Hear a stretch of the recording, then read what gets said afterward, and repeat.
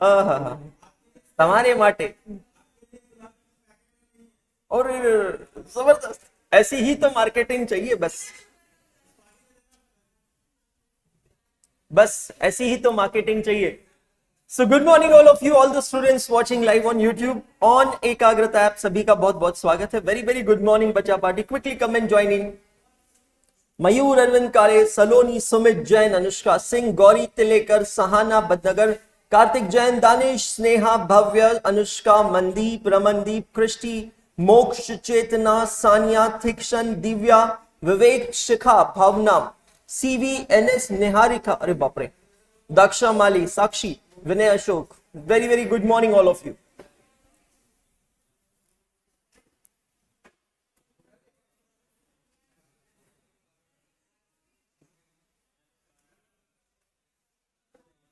Happy birthday.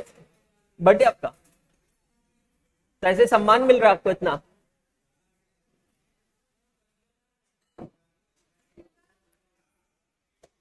इसको इधर shift कर दीजिए ताकि आपको आने के लिए जगह रहे.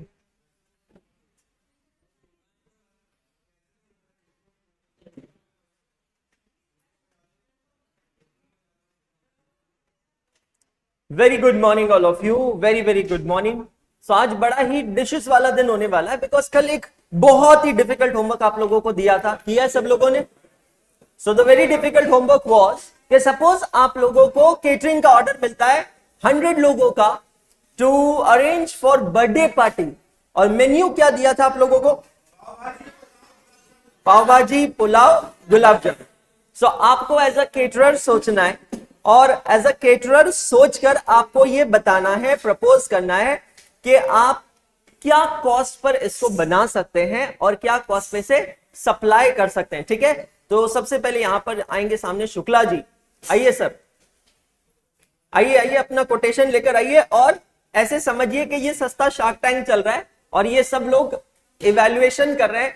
आपको पिच करनी है यहां पर आकर अपने बर्थडे पार्टी के केटरिंग के ऑर्डर की. ठीक है, सो हमारे सामने यहां पर हैं शुक्ला जी. आइए आइए सर, यहाँ पे आइए. सब ये ऑनलाइन वाले बच्चे कैसे देखेंगे? आइए आइए, यहाँ पे ध्यान रख दीजिए आराम से. बहुत बढ़िया. सो आपको मिलेगा 1 मिनट. 1 मिनट मिलेगा सबको पिच करने के लिए. ओके, कॉस्ट बताना, सब कुछ सब कुछ.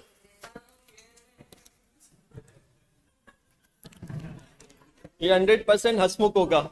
हाँ जी सर, ये पकड़िए आप ऐसे यहां से. हाँ जी. सो शुक्ला जी अब आपको कोटेशन दे रहे हैं.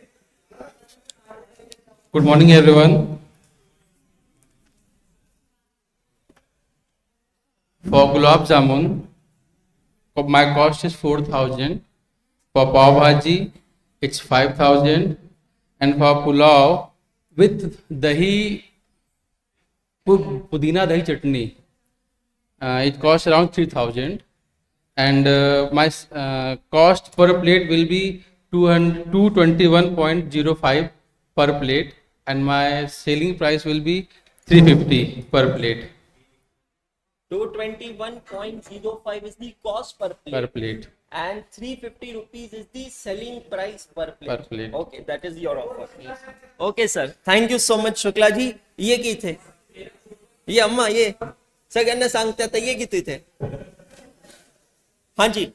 अब हमारे सामने यहाँ पर आने वाले हैं पुणे महाराष्ट्र से, शिरडी से केटरर्स, मराठी केटरर्स. सर मैंने ऐसे परफेक्ट में लिखा. 1 मिनिट आहे तुझ्याकडे. पटकन पटकन पटकन पट पट पट पट. ओके, तो स्पेसिफिकली मेरी पूरी कॉस्ट आई थी 9,000, जिसमें से पर प्लेट आई 90 रुपए. और मेरे जो सेलिंग प्राइस है पर प्लेट वो 120 है. तो पर प्लेट मेरा प्रॉफिट हुआ 30 रुपए. नहीं, मुझे उसमें इंटरेस्ट नहीं है. मुझे ये जानना है कि आपने कहा, आप लोग भी ध्यान से सुनिएगा, इसने कहा कॉस्ट पर प्लेट हो रही है 90 रुपए. ठीक है, that is the first figure that I am interested. Second is the selling price. कितना है आपने रहा? 120 रुपीज. तीसरा, आप क्या क्या दे रहे हैं 90 रुपए में? जैसे शुक्ला जी ने बहुत अच्छे से एक्सप्लेन किया. कौन सी चटनी की थी? पुदीना. दही पुदीना चटनी. क्यों ले यार, आपको बर्थडे पार्टी का ऑर्डर क्यों दे भाई? मैं जो 90 रुपए आए हैं उसमें से मैंने पुलाव, जो पनीर पुलाव है स्पेसिफिकली, वो स्पेशली बटर से बना हुआ है और उसमें सारी सब्जियां डली हुई है, तो वेज पुलाव है, वेज पनीर पुलाव। और पाव भाजी है जो बटर पाव भाजी विद चीज़ है। और हाइजीन वगैरह मेंटेन करने के लिए जो कटलरीज है वो प्लास्टिक की है, टिश्यू पेपर्स है। और पाव जो है वो अच्छी बेकरी से आए हुए हैं। पर 90 रुपए प्लेट अगर आप कॉस्टिंग कह रहे हैं तो मैम उसमें आपने ये कंसिडर किया है एक पर्सन के कितने पाव होंगे? मैंने मतलब आपने जैसे बोला था कि 50 बच्चे होंगे और 50 बड़े होंगे, तो बच्चों के लिए तो 2 पाव पर प्लेट और बड़ों के लिए 4 पाव पर प्लेट। तो 50 बच्चों के, बड़ों के 4 पाव, बच्चों के 2 पाव मतलब 100 पाव, और बड़ों के 50 × 4 200 मतलब 300 पाव। हाँ। यार अगर मैं सिर्फ 300 पाव की कॉस्ट गिनूं, मुझे आपकी कॉस्टिंग में गड़बड़ बहुत लग रही है। 90 रुपए में तो इम्पॉसिबल है ये। 670 रुपीज के 200 पीस पाव पड़ेंगे, सर तो 670 रुपए के 200 पीस पाव मतलब 3 रुपए 35 पैसे का। और क्या है, पाव का रेट किसने निकाला है? 4 रुपीज लिया था। 4 रुपए का एक पाव, तो Average। 300 × 4 मतलब 1200 रुपए का तो पाव ही हो गया मैडम। 12 रुपए तो पाव की कॉस्ट होगी पर पर्सन। उसके बाद में पाव को सेकने के लिए बटर लगेगा, गैस लगेगा, अच्छा उसके अंदर ह्यूमन रिसोर्स कॉस्ट लगेगी, हाँ, लेबर कॉस्ट। लेबर कॉस्ट लगेगी। आई थिंक चलो और किसी का इवेलुएट करते हैं। Thank you so much. और कौन आएगा? ताऊ जी? हाँ जी डॉन। हाँ बाहर निकाल दूंगा मैं, बाहर निकाल दूंगा मैं। पता है किया क्यों नहीं? मैडम आप बनाए अपने, आइए। टाइम पास बहुत कर लो क्लास में, लेकिन मुझसे टाइम पास नहीं करना। मैं अभी भी बता रहा हूं, मैं बहुत बेकार इंसान हूं। फिर क्लास में जो मस्ती करते हो मेरे को सब पता चलता है। मस्ती करो, हरकत नहीं है।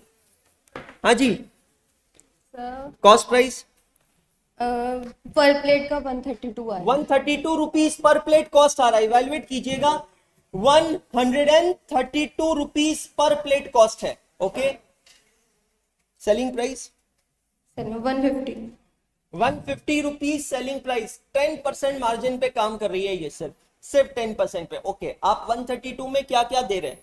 Sir 2 gulab jamun, 2 gulab jamun, my goodness. और 2 पाव इधर आइए, 2 पाव, और पाव भाजी तो पुलाव। बच्चों को भी 2, बड़ों को भी 2। लिमिटेड। Okay, Yes. कंसेप्ट सुना है ना लिमिटेड और अनलिमिटेड का, तो ये लिमिटेड का कंसेप्ट। Okay, very good. और सर किस टाइप की प्लेट में देंगे आप? और कुछ नहीं लगाया सिर्फ। वो कुछ नहीं लगाया, ऐसे हाथ लेके आने का, एक हाथ में भाजी दूसरे हाथ में पाव, पुलाव किधर? सर वो सारा उनका जो पार्टी कर रहे हैं उनका। अच्छा, हम सिर्फ फूड सप्लाई कर रहे हैं, केटरर्स का क्या मतलब है मैडम? खाना देंगे बस। हाँ चलिए ठीक है, थैंक यू सो मच। और कौन देगा कोटेशन? हाँ जामुन भैया आइए। जामुन भैया आप कोटेशन देंगे यहाँ पर, आइए सर। तो सर यहाँ पे आपको सोचकर बनाया गया कि आपका पेट खराब नहीं हो। मेरा पेट खराब है, हाइजेनिक, इधर आ जाओ थोड़ा और। पूरा हाँ हाइजेनिक है। बिल्कुल। तो पाव भाजी के लिए सर कॉस्ट पर प्लेट जो है 267।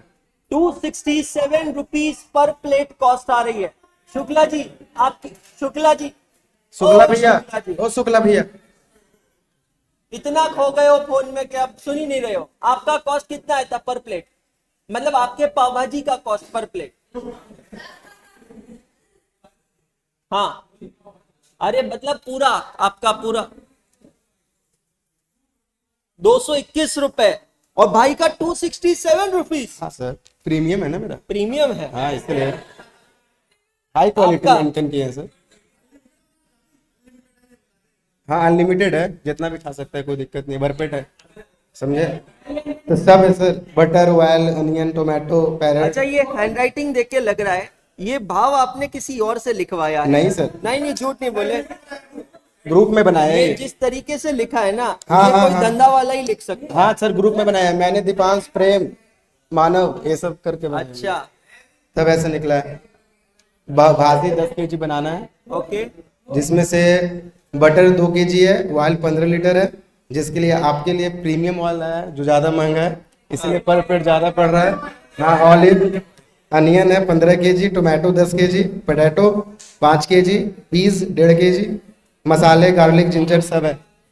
बहुत बढ़िया, बहुत बढ़िया। पूरा सर 1.5 घंटा लगा है करने में। अच्छा, 1.5 घंटा लगा है बनाने में पाव भाजी। हाँ, नहीं पाव भाजी भी है, ले- पुलाव भी है, गुलाब जामुन भी है, तीनों है। अच्छा, गुलाब जामुन। अच्छा, हाँ, गुलाब जामुन आप खुद बना रहे हो? हाँ, खुद बना रहा हूँ। क्योंकि आप जामुन हो इसलिए गुलाब जामुन खुद नहीं, बना रहे हो। आपके लिए बना रहा हूँ सर, हाँ, आपका पेट खराब नहीं हो जाए इसलिए बना रहा हूँ आपके लिए। 267 rupees is the cost per plate.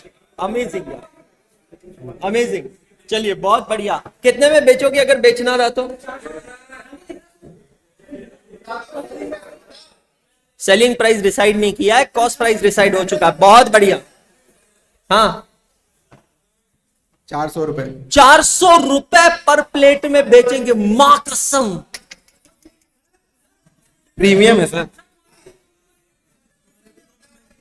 हमारी कोई शाखा नहीं है ना।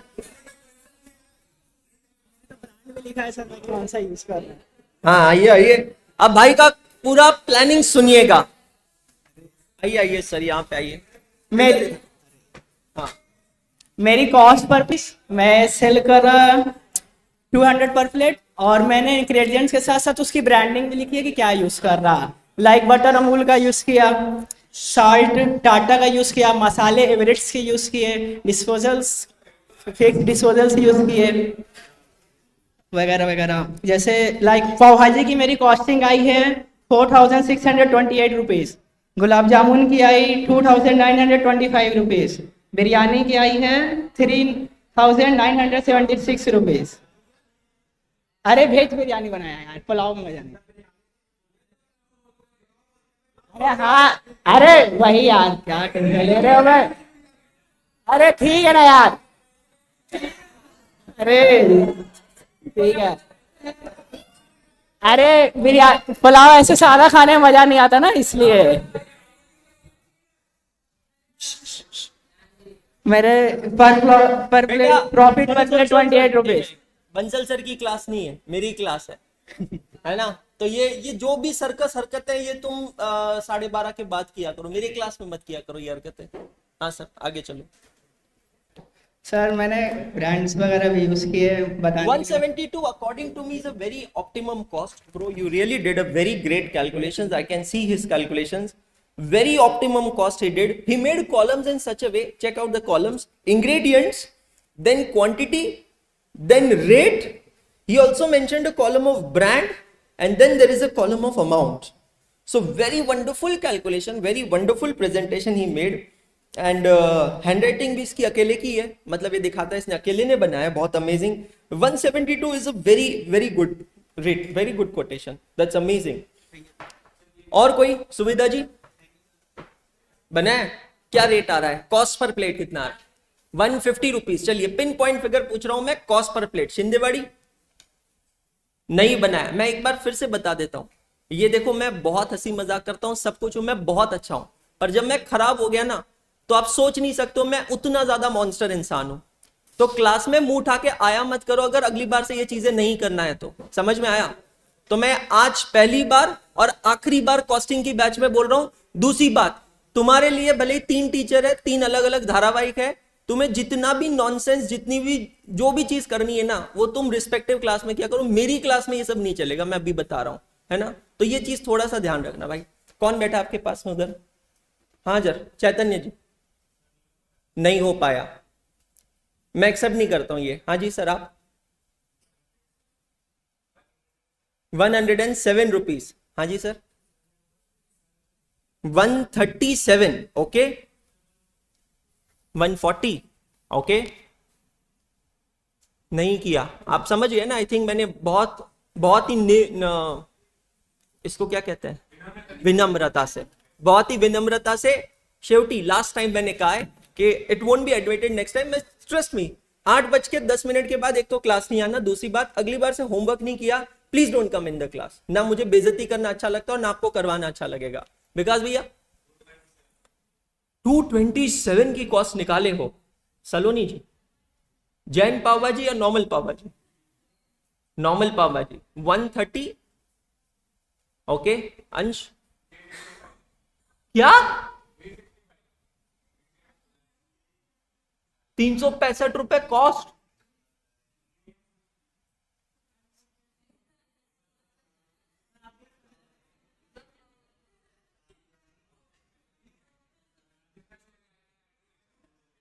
भाई हजम नहीं हो रहा। 365 रुपए कौन देगा भाई? अच्छा देख, लॉजिकली सोच, हम लोगों ने कॉस्ट अकाउंटिंग में क्या पढ़ा है? कॉस्टिंग क्यों निकालता है? ताकि सेलिंग प्राइस निकाल सके। अब अगर कॉस्टिंग 365 आई, सेलिंग प्राइस क्या आएगी भाई? ये क्या कह रहे हो, सीपीआई या एसपीआई? सीपीए। भाई साहब ये तो बिकना मुश्किल है। परफेक्टली कॉम्पिटिटिव मार्केट में बैठे हो आप। हाँ जी मैडम, है?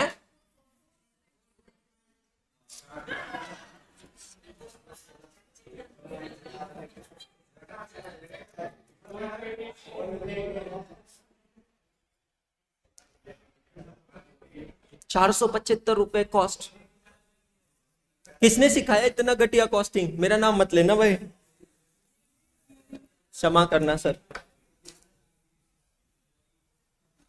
भाई साहब 475 रुपए। हाँ जी, 60 रुपए।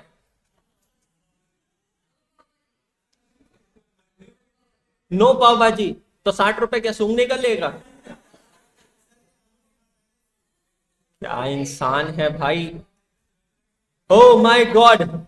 So let me come to my estimate to you guys. मेरे हिसाब से लॉजिकली सोचना, एज अ कस्टमर सोचो। अब आप मार्केट में जाते हो, आपको एक बुफे मिलता है, कॉम्बो कहते हैं ना, कॉम्बो प्लेटर मिलता है, अ प्लेटर ऑफ पाव भाजी। अज्यूम करो 3 पाव है उसमें। आई थिंक 2 तो हर कोई खा लेता है, 4 हर कोई खा नहीं सकता है, तो 3 पकड़ते हैं। वैसे भी हमने जो 50 बच्चे और 50 बड़ों का पकड़ा, तो जो कैलकुलेशन किसी ने किया था बिल्कुल परफेक्ट था कि 2 पकड़े बच्चों के, 4 पकड़े बड़ों के, ठीक है, तो एवरेज में 3 पाव हो गए। सो अ प्लेटर ऑफ पाव भाजी विद 3 पाव, अ पुलाव के साथ बहुत अच्छा, शुक्ला जी ने मेंशन किया था, चटनी है या फिर रायता तो एक अकम्पनीमेंट बनता ही है। उसके बाद में आप गुलाब जामुन किसी ने 2 दे दिए थे, I think 1 is more than enough. And butter का एक कॉस्ट लगेगा, उसमें ऑनियंस लगेंगे और लेमन का एक पीस लगेगा, क्योंकि पाव भाजी में वो लगता है। मैडम तो बोले डिस्पोजेबल हम देंगे ही नहीं, एक हाथ में भाजी एक हाथ में पाव और पुलाव डायरेक्ट, ऐसा हो नहीं सकता। लेबर कॉस्ट इंक्लूड करनी पड़ेगी, क्योंकि आपको पाव सेक के देना पड़ेगा, आप सेक के नहीं ला सकते हो, है ना, वो गर्मा गर्म रहेगा तो ही मजा आएगा। यार बोल रहा हूं तो ही मुंह में पानी आ रहा है, कैसे तो लग रहा है। और पाव भाजी के साथ यहाँ पे बहुत अच्छा लिखा है निहारिका ने, कुकुम्बर होता है, गौरी ने और निहारिका ने लिखा कुकुम्बर होता है, ककड़ी के कुछ पीसेस देते हैं ना वो लोग साथ में, वो भी चीजें होती है। एक स्पून लगेगी, स्पून साथ में देना पड़ेगा। माय डियर फ्रेंड्स, मेरे हिसाब से ना आइडियली एक अच्छी क्वालिटी, जिसने भाई ने मेंशन किया था एवरेस्ट के मसाले, अमूल का butter and all, it won't cost less than 150 rupees. That is the minimum cost, but it should not cost above 170 or 200 rupees, because if it's going above that cost, your product won't be sellable. तो अंश और madam आपको अब cost reduction और फिर cost control पे काम करना चाहिए। सबसे पहले आप लोगों ने अभी काम किया कॉस्ट असरटेनमेंट पे, है ना। ये एक्सरसाइज जब आपने की, आपको एक्चुअली समझ में आया होगा कि मम्मी का पेन क्या होता है। It's not easy man. Mummy का पेन समझ में आया होगा, रेस्टोरेंट वाले का पेन समझ में आया होगा, आपको पेन समझ में आया होगा जो आपके मेस वाले होते हैं। I mean, आपने देखा, मेरे को आप में से ही किसी ने बताया, and I too really would like to visit a boys hostel someday. Girls भी विजिट करना चाहता हूं बट आने नहीं देंगे मुझे। बट बॉयज हॉस्टल, कौन से हॉस्टल में रहते हैं मैक्सिमम बॉयज? अच्छा, सब अलग अलग में रहते हैं। चलो ठीक है, किसी दिन विजिट करेंगे। सो आपने, मेरे को किसी ने बताया था, I think some girl told me, कि अगर आपको खाना टिफिन में चाहिए होता है तो वहां कोई रजिस्टर होता है, उसमें एंट्री करनी पड़ती है, ऐसा कुछ होता है रूल। ऐसा क्यों होता है? बिकॉज उसके बेसिस पे उनको क्वांटिटी का आइडिया लग जाता है कि कितनी क्वांटिटी बनानी है और कितनी क्वांटिटी नहीं बनानी है। मैं जब पढ़ता था, मैं जिस मेस में था, वहां मेस में भी एक रूल था, एक नियम था, और वो रूल ये था कि अगर आप छुट्टी लेने वाले हो तो महीने में 2 छुट्टी कैरी फॉरवर्ड होती थी। ध्यान से सुनना, मैं जो मेस में था वो बहुत एक्सपेंसिव मेस थी। It was a complete Marwari mess, और वो एक्चुअली रेस्टोरेंट था बट मेस की तरह वो ऑपरेट भी करते थे। मैं आपको ये डेटा बता रहा हूं, 2007-8 में मेरे 2 टाइम का मेस का चार्ज था 4000 रुपीज, सिर्फ खाने का बता रहा हूं मैं। और खाना मतलब सिर्फ लंच और डिनर, इसमें ब्रेकफास्ट, रात का दूध, ये सब नहीं है। क्योंकि जैसे मैंने कहा, मैं हॉस्टल अलग था मेरा और मैंने मेस अलग लगा रखा था, क्योंकि वो एक रेस्टोरेंट था, थाली सिस्टम रेस्टोरेंट होता है ना, तो प्रॉपर मारवाड़ी थाली सिस्टम रेस्टोरेंट था। उसका नाम था मुरलीधर, पुणे में अभी भी वो रेस्टोरेंट है, डेक्कन के पास में, जो लोग भी पुणे से हैं उन लोगों के लिए। और वहां पे 2 टाइप की थाली मिलती थी, लिमिटेड एंड अनलिमिटेड, जैसे कि कहीं पे भी मिलता है। तो मेस वाले स्टूडेंट्स के लिए अनलिमिटेड थाली होती थी, और वेटिंग चल रहा था 3 साल का वहां पे। 3 साल का वेटिंग मतलब समझते हो, आज अगर आप नाम लिखवाओगे ना, आपको एडमिशन मिलेगा 3 साल के बाद। तो वहां पे कैसे, तो मम्मी आई थी, मम्मी ने जुगाड़ करके मेरा एडमिशन करवा दिया। 4000 रुपए मेस का रेट, 4000 रुपए में Monday to Saturday meal, lunch and dinner, और संडे को सिर्फ लंच। तो अगर मैं महीने में 26 मंडे टू सैटरडेज पकड़ूं तो 26 × 2 52 थाली, और संडे को लंच मिलेगा मतलब 4 थाली, मतलब 56 थाली खाना। तो 4000 डिवाइडेड बाय 56 थाली खाना, मतलब एक थाली की कॉस्ट हो गई 71 रुपीज। उस समय ये अनलिमिटेड थाली का रिटेल प्राइस था उनका 150 रुपए। मतलब जो मेंबरशिप वाले लोग नहीं है लेकिन आकर ऐसे वॉक इन करके रिटेल थाली खाते हैं, उनको 150 रुपए लगता था। और अगर आप मेस में ज्वाइन करो तो कितने में पड़ रहा है, 71 रुपीज। अब थाली में था क्या क्या, मैं आपको बता रहा हूं। एक्चुअली मैंने पहले दूसरी जगह, सस्ती जगह मेस लगाया था, 1200 रुपए दोनों टाइम का ये रेट था। मैं बीमार पड़ गया था, आई फेल सिक, और बीमार पड़ने के बाद मुझे मम्मी पापा ने एक ही चीज समझाई कि दवाई पे जितना खर्चा लगेगा ना, उससे कम खर्चा लगाकर तू अच्छी मेस लगा सकता है। तो रेस्टोरेंट है, कोई हरकत नहीं, पर खाना अच्छा था, और मुझे उसका डिफरेंस फील हुआ। अब देखिए खाने में था क्या। पहली बात तो रेस्टोरेंट था जैन का। जैन लोग अपनी सफाई को लेकर बड़े फेमस होते हैं कि साफ सफाई बहुत रखते हैं, पर उनके यहाँ लहसुन प्याज चलता था, that's a very good thing. उसके बाद में प्रॉपर थाली, थाली में 2 सब्जी होती थी, जिसको हम मारवाड़ी में कहते हैं झोल वाली, और वैसे आप कहते हैं रस्से वाली सब्जी, 2। अच्छा, मेरे साथ प्रॉब्लम यह है, मैं बहुत ज्यादा घटिया इंसान हूं खाने के मामले में। मैं बहुत थोड़ी सी चीजें खाता हूं। There is a long list जो मैं नहीं खाता हूं, and there is a very small list जो मैं खाता हूं। तो मुझे वो 2 में से कभी कोई एक सब्जी पसंद आ जाती थी। एक होती थी सूखी सब्जी। अब आप इमेजिन करो 3 सब्जी आपको मिल रही है, 2 रस्से वाली सब्जी, एक सूखी सब्जी, इसके अलावा दाल, इसके अलावा कड़ी, मतलब ये 5 बाउल्स हो गए।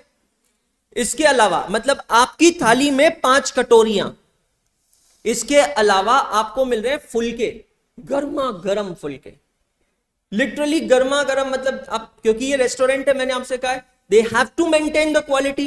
गर्मा गर्म। मुझे ऐसे फुलके पसंद है जो एकदम पतले होते हैं और फूगे हुए होते हैं। मेरे पिताजी पहले शादी से पहले, उनकी शादी से पहले जैनिज्म फॉलो करते थे, तो मैंने आपको शायद ग्रुप 1 में भी कहा था कि जैन लोगों के यहाँ फुलके बहुत पतले बनते हैं।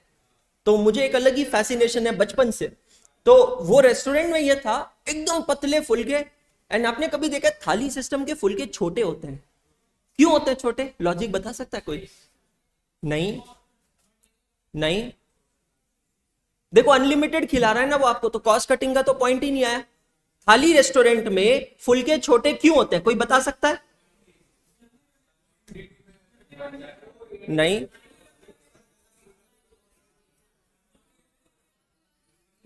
वो इसीलिए बनाते हैं ताकि कस्टमर को गर्मा गर्म दे सके।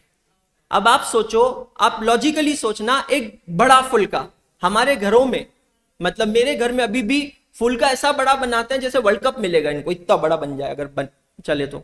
अब जब आप वो फुलका खाओगे, शुरू करोगे और एंड करोगे, और ठंडा नहीं हो जाएगा। Try to understand the customer mentality. It's not just cost cutting bro, what an amazing science. वो चाहते हैं कि कस्टमर का हाथ जलना चाहिए, इसलिए छोटे छोटे फुलके होते हैं। बार बार लो ना, क्या फर्क पड़ता है, पर कस्टमर को वो एक, हमने नहीं डिस्कस किया था, एक्सपीरियंस का पैसा पे करते हैं। वो फूले हुए फल के आते हैं, उस पे सामने घी क्यों डाल के देते हैं? ताकि आपको वो लगे कि हाँ यार फुलके पे घी डाल के दिया। वैसे फुलके मिलते थे अनलिमिटेड, राइस और खिचड़ी दोनों ऑप्शंस होते थे, दोनों भी लेना चाहो दोनों ले सकते हो। उसके बाद एक गिलास भर के छाछ, उसके बाद एक पापड़, डेली की एक मिठाई और सैलेड। मैं इतना खाता नहीं था, बट मुझे जो लगता था वो ये कि मम्मी पापा सही कहते थे कि खाने में पैसों में कंजूसी नहीं करनी चाहिए। क्योंकि जब मैं ये थाली देख रहा हूं और आपने भी ये थाली सुनी है, तो वो देखकर आपको समझ में आ गया होगा कि यार it is a full meal for you, you are getting everything what you want, right. सबसे पहले तो खाना हाइजीनिक है।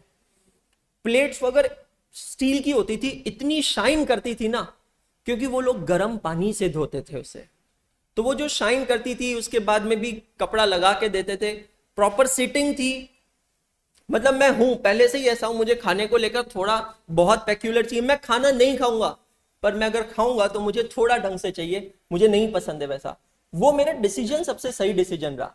अब उधर रूल ये था, अब आपने 71 की फिगर कैलकुलेट की है, 56 थाली। अब उनका रूल ये था, जैसे सपोज इमेजिन करो आप महीने में 7 दिन घर चले गए, तो 7 दूना 14, 14 थाली का नुकसान हो गया आपका। तो वहां का रूल ये था कि वो महीने में 2 छुट्टी कैरी फॉरवर्ड करते थे, मतलब 14 में से 4 थाली आपकी कैरी फॉरवर्ड होती थी, 10 का नुकसान हो गया। पर वो कैरी फॉरवर्ड तब होती थी जब आप पहले डायरी में एंट्री करके जाओ कि मैं इस दिन छुट्टी पे रहूंगा। अगर आप बिना बताए छुट्टी पे चले गए, वहां पे काउंटर पे डायरी रखी थी, डायरी में आपके नाम का पेज होता था, वहां पे आपको लिखना पड़ता था मैं इतने दिन से इतनी तारीख तक छुट्टी पे रहूंगा। अगर आपने वो लिखा तो काम चलेगा, नहीं तो नहीं चलेगा। क्या लगता है आपको क्यों लिखवाते होंगे वो ये? बिल्कुल सही जवाब, ताकि उस दिन कितना खाना बनाना है ये पता चल सके। You are very much right. I mean costing पढ़ने का, समझने का इससे बेस्ट तरीका और कोई नहीं है। Restaurant is the classic example. Guys think about the type of material. मैं ऑडिट के समय, आर्टिकलशिप के समय ऑडिट में गया था टाटा मोटर्स लिमिटेड, पुणे में। पुणे की एक सिस्टर सिटी है, उसका नाम है पिंपरी चिंचवड। आपकी जानकारी के लिए, पिंपरी चिंचवड म्युनिसिपल कॉर्पोरेशन, जैसे इंदौर में डेवलपमेंट अथॉरिटी है ना, इंदौर म्युनिसिपल कॉर्पोरेशन, और Pimpri Chinchwad municipal corporation once upon a time was the richest municipal corporation of Asia. और आज भी पिंपरी चिंचवड म्युनिसिपल कॉर्पोरेशन के पास बहुत पैसा है। मैं रीजन बता देता हूं। आपने इकोनॉमिक्स में कंसेप्ट पढ़ा है पर कैपिटा इनकम का? छोटू क्या मतलब होता है पर कैपिटा इनकम का? पढ़ा था, भूल गई। You so sweet. Per capita income कौन बताएगा? चेष्टा? नहीं पता? हाँ जी सर। नो वो तो, हाँ एक तरीके से यू आर राइट। हाँ you are right. Total national income divided by population per person income. ऐसे ही एक और मैट्रिक्स निकलता है। वो मैट्रिक्स निकलता है कि 1 किलोमीटर में कितनी इनकम होती है, एक शहर में कितने मिलियनेयर्स होते हैं। तो पर kilometre income of a city was highest of Pimpri Chinchwad because छोटा सा शहर, लेकिन वहां इतना ज्यादा इंडस्ट्रियलाइजेशन है कि इंडस्ट्रियलाइजेशन की वजह से इतनी इनकम होती है कि उस म्युनिसिपल कॉर्पोरेशन के पास टैक्सेस बहुत high. I have one property in Pune and one property in PCMC, मतलब पिंपरी चिंचवड म्युनिसिपल कॉर्पोरेशन। पुणे में अलग म्युनिसिपल कॉर्पोरेशन लगता है, उसका नाम है पीएमसी, पुणे म्युनिसिपल कॉर्पोरेशन, और पिंपरी चिंचवड में लगता है PCMC. They are 2 separate cities, just for your information. RTO registration number MH12 for Pune, MH14 for Pimpri Chinchwad. जो मेरी दोनों प्रॉपर्टीज है, एक पुणे में एक पीसीएमसी में, दोनों के प्रॉपर्टी टैक्स में 50% का डिफरेंस है।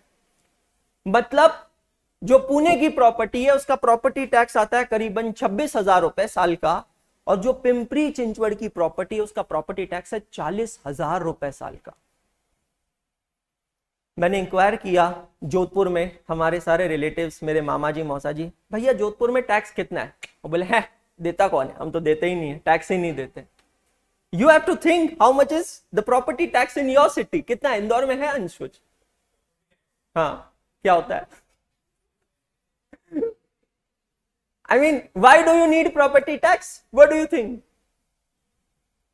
सुना है प्रॉपर्टी टैक्स के बारे में? मराठी त्याला म्हणतात मिळकत कर. Maintenance of what? Very good. To build the infrastructure of the city, your roads, your street lights. I've seen Jodhpur. I'm telling you, I've seen Jodhpur. And जो आप भी ऑनलाइन बच्चे देख रहे हैं जोधपुर से बिलोंग करते हैं, मेरे मौसा जी का घर है in the area known as Kamla Nehru Nagar in Jodhpur. बहुत अच्छा इलाका है, सारे बंगलोज बने हैं वहां पे. जोधपुर इंदौर से थोड़ा हाई वर्जन शहर है जहां पर फ्लैट का कल्चर नहीं है अभी बहुत ज्यादा. कमला नेहरू नगर में हर एक बंगला लाइक 3 करोड़ 5 करोड़ 10 करोड़ का एक बंगला है. लेकिन कमला नेहरू नगर तक पहुंचने के लिए जो रोड है ना वो इतनी यक है, इतनी थर्ड क्लास है कि आप वहां से गुजरोगे ना तो आपके नजर में जिसके घर पे जा रहे हो उसकी इज्जत मिट्टी मिट्टी हो जाएगी. आज भी सड़क पे गड्ढे, कचरे का कोई मेंटेनेंस नहीं. लोग कचरा पता कैसे फेंकते हैं? घर में से लेके आते हैं थैली भर के, किसकी किस्मत फूटी वहां पर गया कचरा. जहां पे मतलब I hate the scene where people are drinking water and they are throwing away a bottle like this. People are eating something, chips, and they are throwing wrappers like this. They have made the entire city as a dustbin, and it happens. Why is government not able to maintain the roads and all? Because they are not getting taxes, property taxes. What is a property tax? It is nothing but it is the share of an individual for the development of their city. How do you expect that your city will become a smart city? Do you just expect the central government to fund it? The answer is no. You have to pay taxes for it. So I'm telling you there is tremendous difference. Now you just imagine कितना tax collection होता है पिंपरी चिंचवड़ में. I mean एक society, हम जिस society में पिंपरी चिंचवड़ में रहते हैं उस सोसाइटी में 1000 फ्लैट्स है. एक सोसाइटी में 1000 फ्लैट्स. एक फ्लैट का ऑन एन एवरेज जो मेंटेनेंस होता है वो एरिया पे डिपेंडेंट होता है. 25,000 रुपए आप मेंटेनेंस पकड़िए, 25,000 इंटू 1000, 2.5 करोड़ एक साल का एक सोसाइटी का है. पिंपरी चिंचवड़ में ऐसी कम से कम मान के चलिए होगी आप not less than around 2000-5000 societies minimum बता रहा हूं, मिनिमम. तो अगर मैं इसको 5000 से मल्टीप्लाई कर लूं,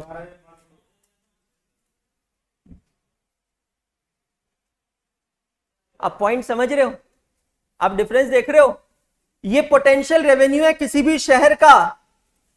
अगर वो शहर प्रॉपर्टी टैक्स कलेक्ट नहीं कर रहा है, बैंगलोर में भी है ना सर प्रॉपर्टी टैक्स, बैंगलोर में भी बहुत हाई है.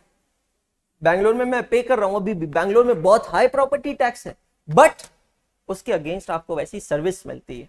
देखो खाता तो हर कोई है यार, ये जो पैसा है कौन सा सरकार एज इट इज लगाने वाली है? पैसा तो खाएगी, लेकिन आपको सर्विस देने के लिए भी तो एक कॉस्ट होती है. सर्विस मुंबई में है क्या प्रॉपर्टी टैक्स देते हैं लोग? जोधपुर में पता है क्या होता है? प्रॉपर्टी टैक्स आता है, लाल कलर की चिट्ठी आती है, बिल देने के लिए आते हैं. जब प्रॉपर्टी टैक्स देने के लिए आते हैं ना लोग उसको गाली देके भगा देते, चल निकल जाते, फट तेरी. लोग बिल ही कलेक्ट नहीं करते. Can you believe? अमरावती में मम्मी पापा जहां रहते हैं, हम लोगों का जो नेटिव हाउस है, वहां प्रॉपर्टी टैक्स पता है कितना? 700 रुपए साल भर का. 700 रुपीज. 700 रुपए. अभी क्या होगा 700 रुपए में? एक बार सोच के तो देख, स्वीपर की सैलरी निकलती है 700 रुपए में. 700 रुपए कौन देता है साल भर का? Because it's all mismanagement. Are you getting my point? It is all mismanagement. So आज आप जो लोगों ने जब कैलकुलेशन किया है कॉस्टिंग का तो आपको चीजें समझ में आई है. चलिए आगे बढ़ने से पहले, क्वेश्चंस करने से पहले, होमवर्क किया आप लोगों ने? क्वेश्चन नंबर 1 पहले आज के एमसीक्यू सॉल्व करते हैं और फिर होमवर्क को चेक करते हैं. चलिए, प्री मॉनसून शावर्स आना चालू हो गए हैं. इट वॉज वंडरफुल मॉर्निंग और कल stock market life time highest पे था. आपको पता है राहुल गांधी जी आ सकते हैं, बस इतने खौफ से उस दिन लाइफ टाइम क्रैश हो गया, और मोदी जी आ सकते हैं, बस इतने से लाइफ टाइम हाईएस्ट चला गया. मतलब कल जो स्टॉक मार्केट में हुआ, अमेजिंग. जतिन सर जैसे लोग बहुत अमीर बने कल स्टॉक मार्केट में, सुपर रिच, माइंड ब्लोइंग. मैं तो देखो सर थोड़ा बहुत लगा देता हूं, बाकी तो कुछ खास नहीं. हाँ क्या हुआ? ये मेरे पीछे ही बोलती है. बचती तो बहुत है बंसल जी के क्लास में, मैंने देखा ये. अरे मैम मतलब थोड़ा बहुत लगा देते हैं कभी कभार। मेरे चेहरे पे चमक दिख रही है, इसलिए दिख रही है सर क्योंकि मैं काउंट कर रहा हूं मुझे कितने दिन बाद अपने ZNMD मोमेंट में जीना है। आप लोगों की तरह स्टूडेंट लाइफ में अपने दोस्त के साथ कुछ चेक लिस्ट बनाई थी, टू डू लिस्ट बनाई थी, उसमें से बकेट लिस्ट में से एक चीज पूरी होने जा रही है ना। सो वहां पर जाके हम लोग करने वाले हैं scuba diving. So that is a ZNMD moment, but काश हमें भी वहां कोई लैला मिल जाए। Okay, not okay. So let's see. हाँ जी, MCQ number 11, check all of you. मैं पढ़ लेता हूं, जो भी नहीं देख पा रहे हैं उन लोगों के लिए। Generally for the purpose of cost sheet preparation, cost are classified on the basis of dash. A functions, B variability, C relevance और डी नेचर। कॉस्ट शीट कल हम लोगों ने बनाई है। कॉस्ट शीट में हमने एक्सपेंसेस को क्लासिफाई किया है, ठीक है। क्लासिफिकेशन ऑफ कॉस्ट याद आ रहा है, हमने सेकंड या थर्ड लेक्चर में पढ़ा था। तो आपसे सवाल यह पूछा है कि कॉस्ट शीट बनाते समय हमने कॉस्ट को किस बेसिस पर क्लासिफाई किया। द करेक्ट आंसर इज, यार चेहरा दिखा यार, तेरा दिख नहीं रहा यार, ऐसे मत कर भाई। तो यहां बैठ, यहां क्या लगता है हसमुख भैया? The correct answer is a functions. If you check that list in AAA class book, functional classification था factory overheads, admin overheads, selling overheads, distribution overheads. On the basis of variability क्या होता है? Fixed cost, variable cost, semi variable cost. समझ में आया? ये basic चीज ध्यान रखिएगा। Number 12, which one of the following does not form part of a prime cost? Tricky question है, घुमाएगा आपको, फोकस चाहिए। इन सब में से क्या प्राइम कॉस्ट का पार्ट नहीं है?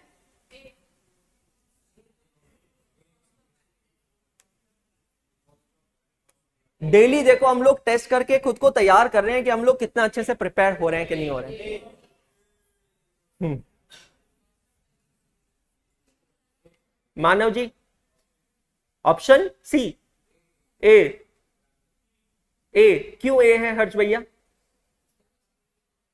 क्योंकि BCD नहीं है इसलिए ए है। ए क्यों है? आंसर है ए, बिल्कुल सही है। Which of the following does not form part of prime cost? मतलब 3 प्राइम कॉस्ट है और 1 प्राइम कॉस्ट नहीं है। नाराज मत हो, फोकस करो। B, cost of transportation to bring material to factory. अब दिमाग चलाओ, AS2 नहीं पढ़ा हमने, material cost. Cost of inventory means and includes all the cost incurred to bring an inventory to present location and saleable condition. तो material जब मैं खरीदूंगा तो जो हमने मटेरियल कंजम्पशन निकालते हैं उसमें परचेज ऑफ मटेरियल लिखते हैं, तो उसमें डायरेक्ट एक्सपेंसेस ऐड हो जाएगा। मतलब ये है GST paid on raw material, ITC not available. हमने डिस्कस किया था, अगर किसी भी तरीके के रिफंडेबल टैक्सेस होते हैं तब तो वो कॉस्ट में नहीं लेते, बट अगर नॉन रिफंडेबल टैक्सेस होते हैं तो वो कॉस्ट कंपोनेंट में ऐड होते हैं। मतलब ये भी प्राइम कॉस्ट होगा, मटेरियल कॉस्ट होगा।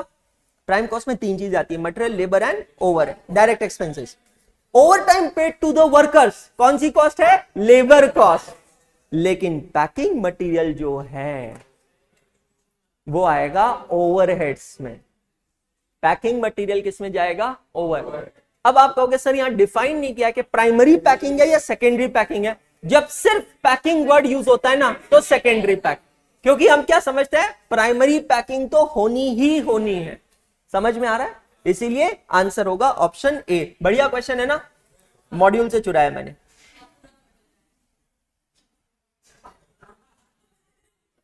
A Limited received an order for which it purchased a special frame for manufacturing. It is a part of dash. Frame का मतलब मैं एक्सप्लेन कर लेता हूं। अगर आपको फ्रेम समझ में नहीं आ रहा तो मोल्ड समझ लो। तो आपको एक ऑर्डर मिला है कुछ चीज बनाने का।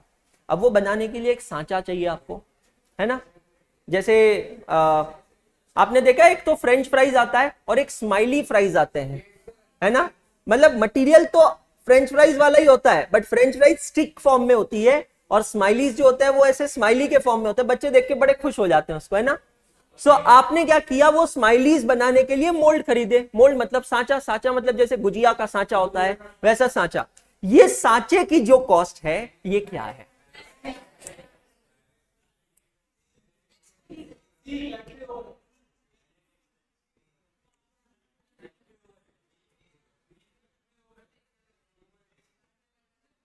कुछ लोग तो आंसर ही नहीं दे रहे, वो एक दूसरे को ही देख रहे, हमें तुम लड़ते बैठो, मैंने क्या करना है।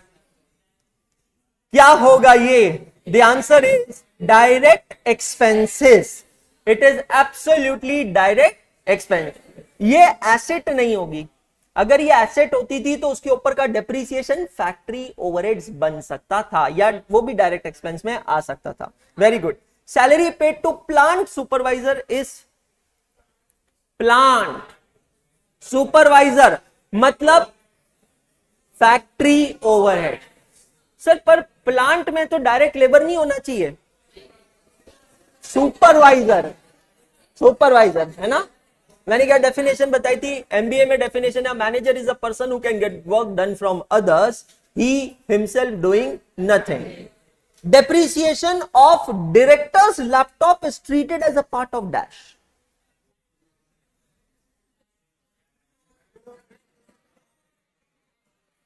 डायरेक्टर्स लैपटॉप, उसका depreciation is admin overhead. Why? Because directors manage the company. Perfect. Very good, all of you. Amazing. You are mind blowing. Now, let's move ahead. बहुत बढ़िया क्वेश्चन आज हम करने वाले हैं। क्वेश्चन नंबर 5 अपने रजिस्टर में आएंगे, फ्रेश पेज पे, और फॉर्मेट बना लीजिए कॉस्ट शीट का। बहुत बढ़िया, क्या बात है, जबरदस्त, वेरी गुड। सोहानी, विनय अशोक, वेरी गुड। पायल अग्रवाल, क्रियांशी सुतार, हो गया। Come to your registers, write down question 5/AAA/6.4. Question 5/AAA/6.4. ये पूरे क्वेश्चन की खासियत ये है, इस पूरे क्वेश्चन में सिर्फ एक फिगर दी है और उस एक फिगर से पूरी कॉस्ट शीट हमें बनानी है। It's a challenge. Question 5/AAA/6.4।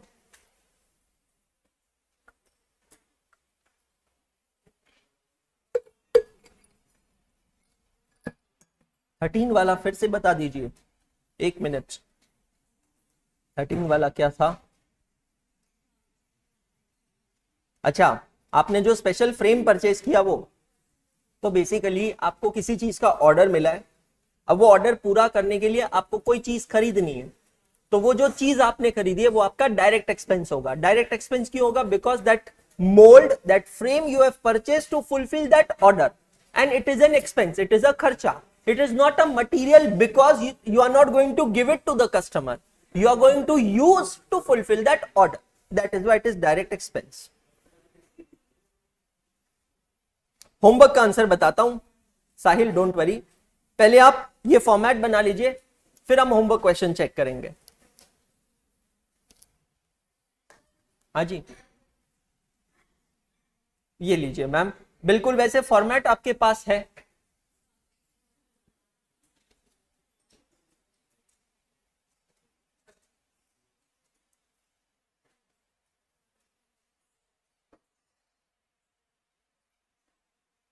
Chapter number 6, chapter 8 और चैप्टर 12 तीनों कॉस्ट शीट पे बेस्ड है।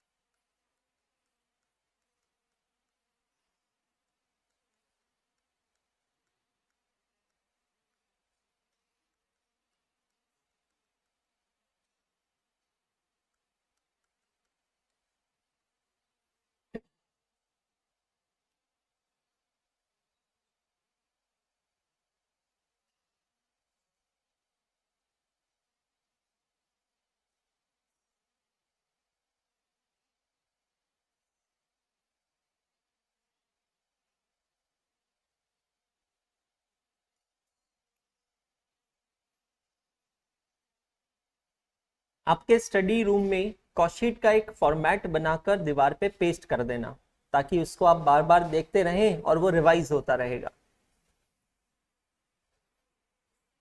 मैं इसलिए कह रहा हूं क्योंकि बहुत शिद्दत से कॉपी कर रहे हैं आप लोग यहाँ पे,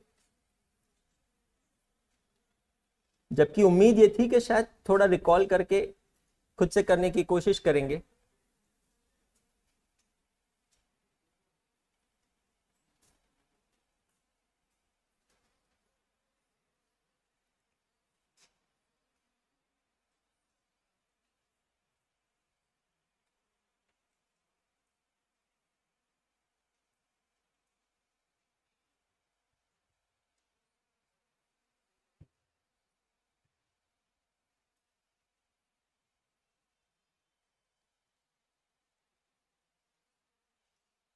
सर मैंने इसे लर्न कर लिया है, very good.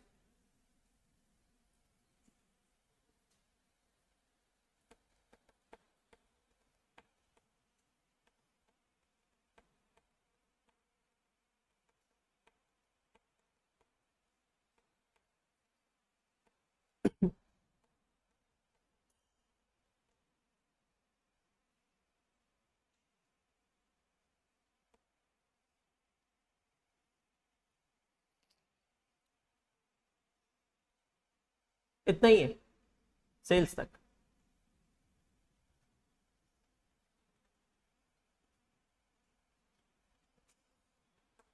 So cost sheet का फॉर्मेट आप लिख रहे हैं जब तक हम लोग रिवाइज करते हैं। It starts with direct material consumed plus direct wages plus direct expenses, it gives you prime cost. Prime cost में हम ऐड करते हैं फैक्ट्री ओवरहेड्स, तो हमें मिलती है फैक्ट्री कॉस्ट।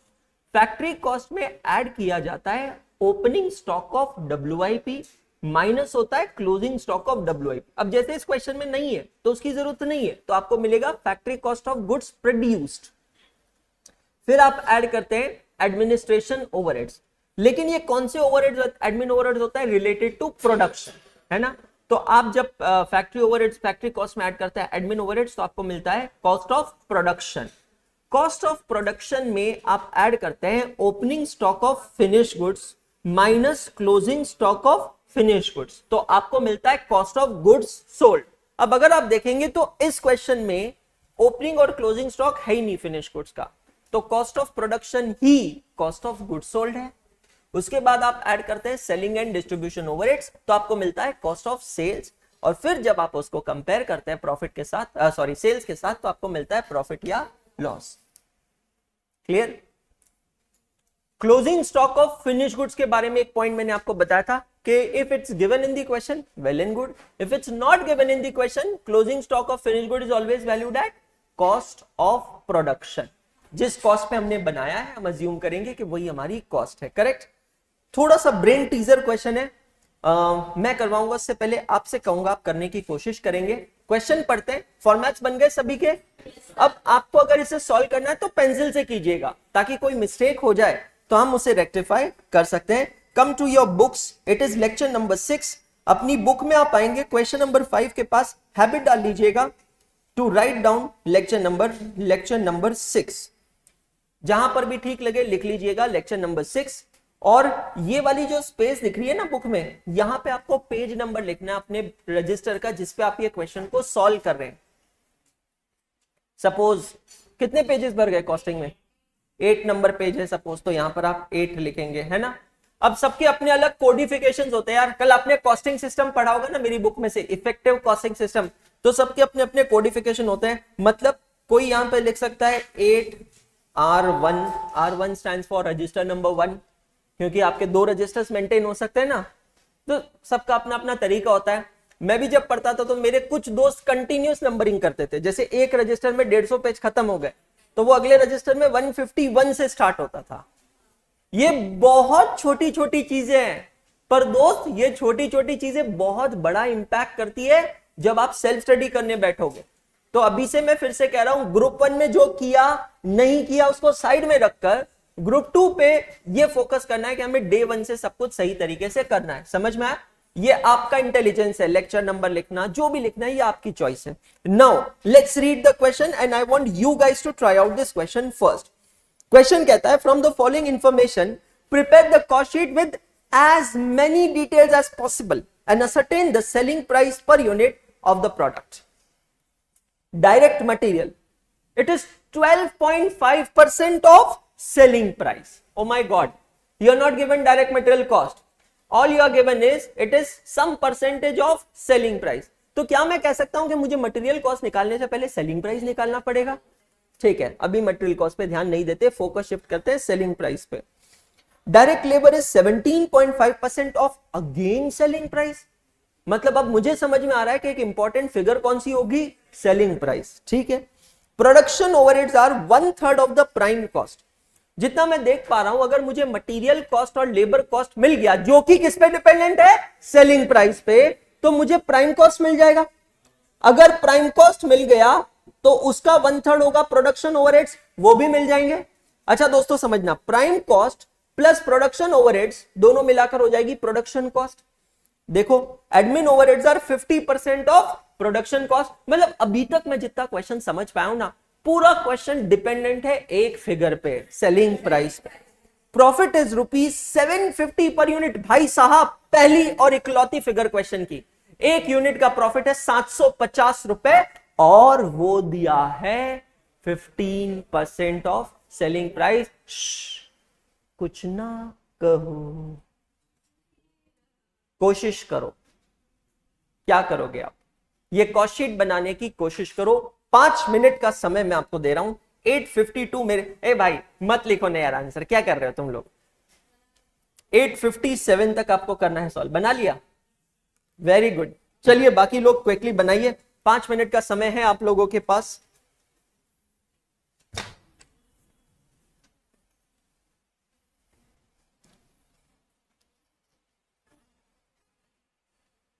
पूरा कॉस्ट शीट बनाना है।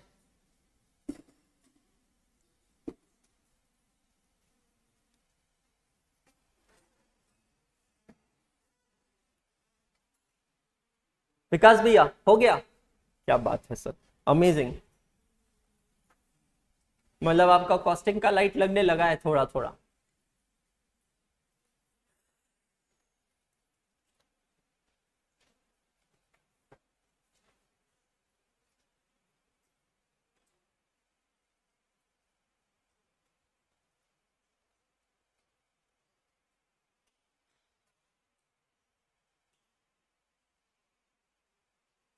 आज टिकटॉक वापस गायब है।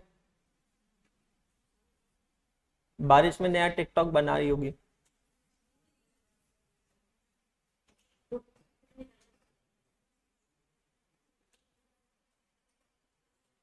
फिल इन द ब्लैंक्स की तरह इस क्वेश्चन को सॉल्व करना है। 4 मिनट और बचे हैं, 4 मिनट शेष।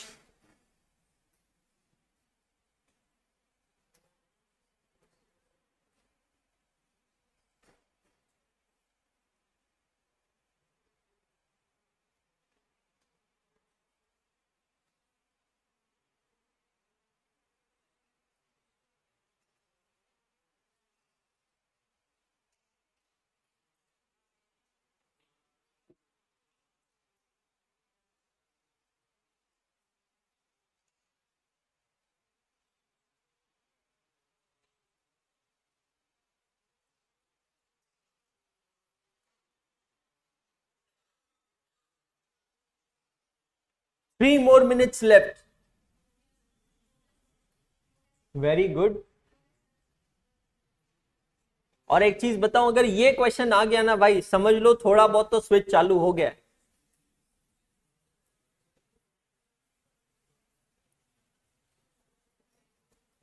होमवर्क हो गया हर्ष?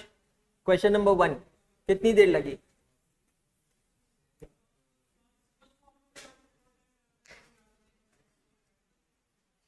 मैं आंसर बोलूं? नहीं बेटा, मैं पूरा सॉल्व करूंगा, रुक जा। Very good.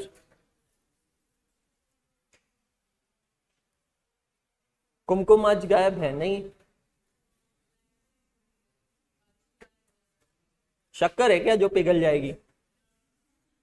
अच्छा, उसकी किताब गीली हो जाएगी जो पकड़ के आती है। हाँ, कुमकुम एब्सेंट, प्रिया एब्सेंट। वो सर जी जो आगे बैठते हैं वो 2 दिन से एब्सेंट है। वो कल आया था बाकी क्लास में। और कौन एब्सेंट है आपकी मंडली में? अक्षत गनीमत है, प्रेजेंट है। ये दल बदलू अमालगमेशन। Last 1.5 minute left.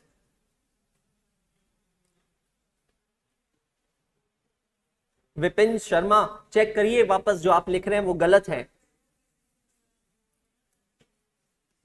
अच्छा, अब एक चीज बताओ, ये जो क्वेश्चन है ना, ये मॉड्यूल वगैरह का नहीं है भाई, आप देख लेना, ये क्वेश्चन आपको कहीं मॉड्यूल वॉड्यूल में नहीं मिलेगा, ये मेरे बुक का क्वेश्चन है, सिर्फ मेरे बुक का क्वेश्चन है। तो ऐसे बहुत सारे क्वेश्चंस हैं बुक के अंदर।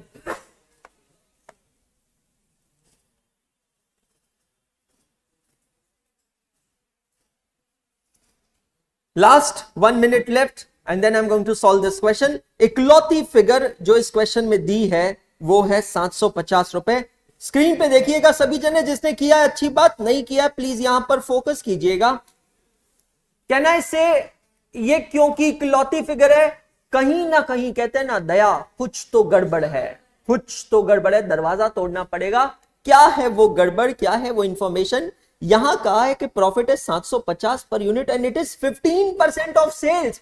मतलब अगर 750 रुपए 15% है तो 100% कितना होगा? And this is your gateway figure for this question. So your selling price or sales is 5,000 rupees. To make it more understandable, I'll write over here 750 divided by 15%. Is this clear? Now once you get the selling price of 5,000, you can calculate the material cost, which is 12.5% of sales, which comes to 625. Your labor cost is 17.5%, that is 875. Direct expenses are not given, means dash. So 875 plus 625 becomes 1,500. Check all of you. Factory overheads are 1/3 of the prime cost, so 500. Factory or works cost is 2,000. Admin overheads will be how much? 50% of the production cost. Production cost मतलब again the factory cost. तो 1,500 रुपए और 5 2,000 का 50% होता है 1,000। तो cost of production या cost of good sold कितना होगा? 3,000। ओके, अब कैसे करें सर? अब कैसे करें? अब आपको नीचे से ऊपर कैलकुलेशन करना पड़ेगा। नीचे से ऊपर मतलब अगर 5,000 रुपए की सेलिंग प्राइस है, 750 रुपए का प्रॉफिट है, तो कॉस्ट ऑफ सेल होगा 4,250 रुपीज। क्लियर हो गया? और 4250 अगर कॉस्ट ऑफ सेल्स है और COGS है 3,000, तो सेलिंग एंड डिस्ट्रीब्यूशन होगा 1250। Check all of you. आया सही सभी का? पक्का समझ में आ गया? फिर तो होमवर्क क्वेश्चन तो फिर तो आपको क्या ही डिफिकल्ट लगा होगा। इंडेक्स में फटाक से जाकर इसको पोस्ट कर दीजिए। जो भी नए बच्चे हैं, आप लोगों के लिए मैं एक बार क्विकली एक्सप्लेन कर देता हूं इंडेक्स कैसे फिल करना है। Just give me a minute.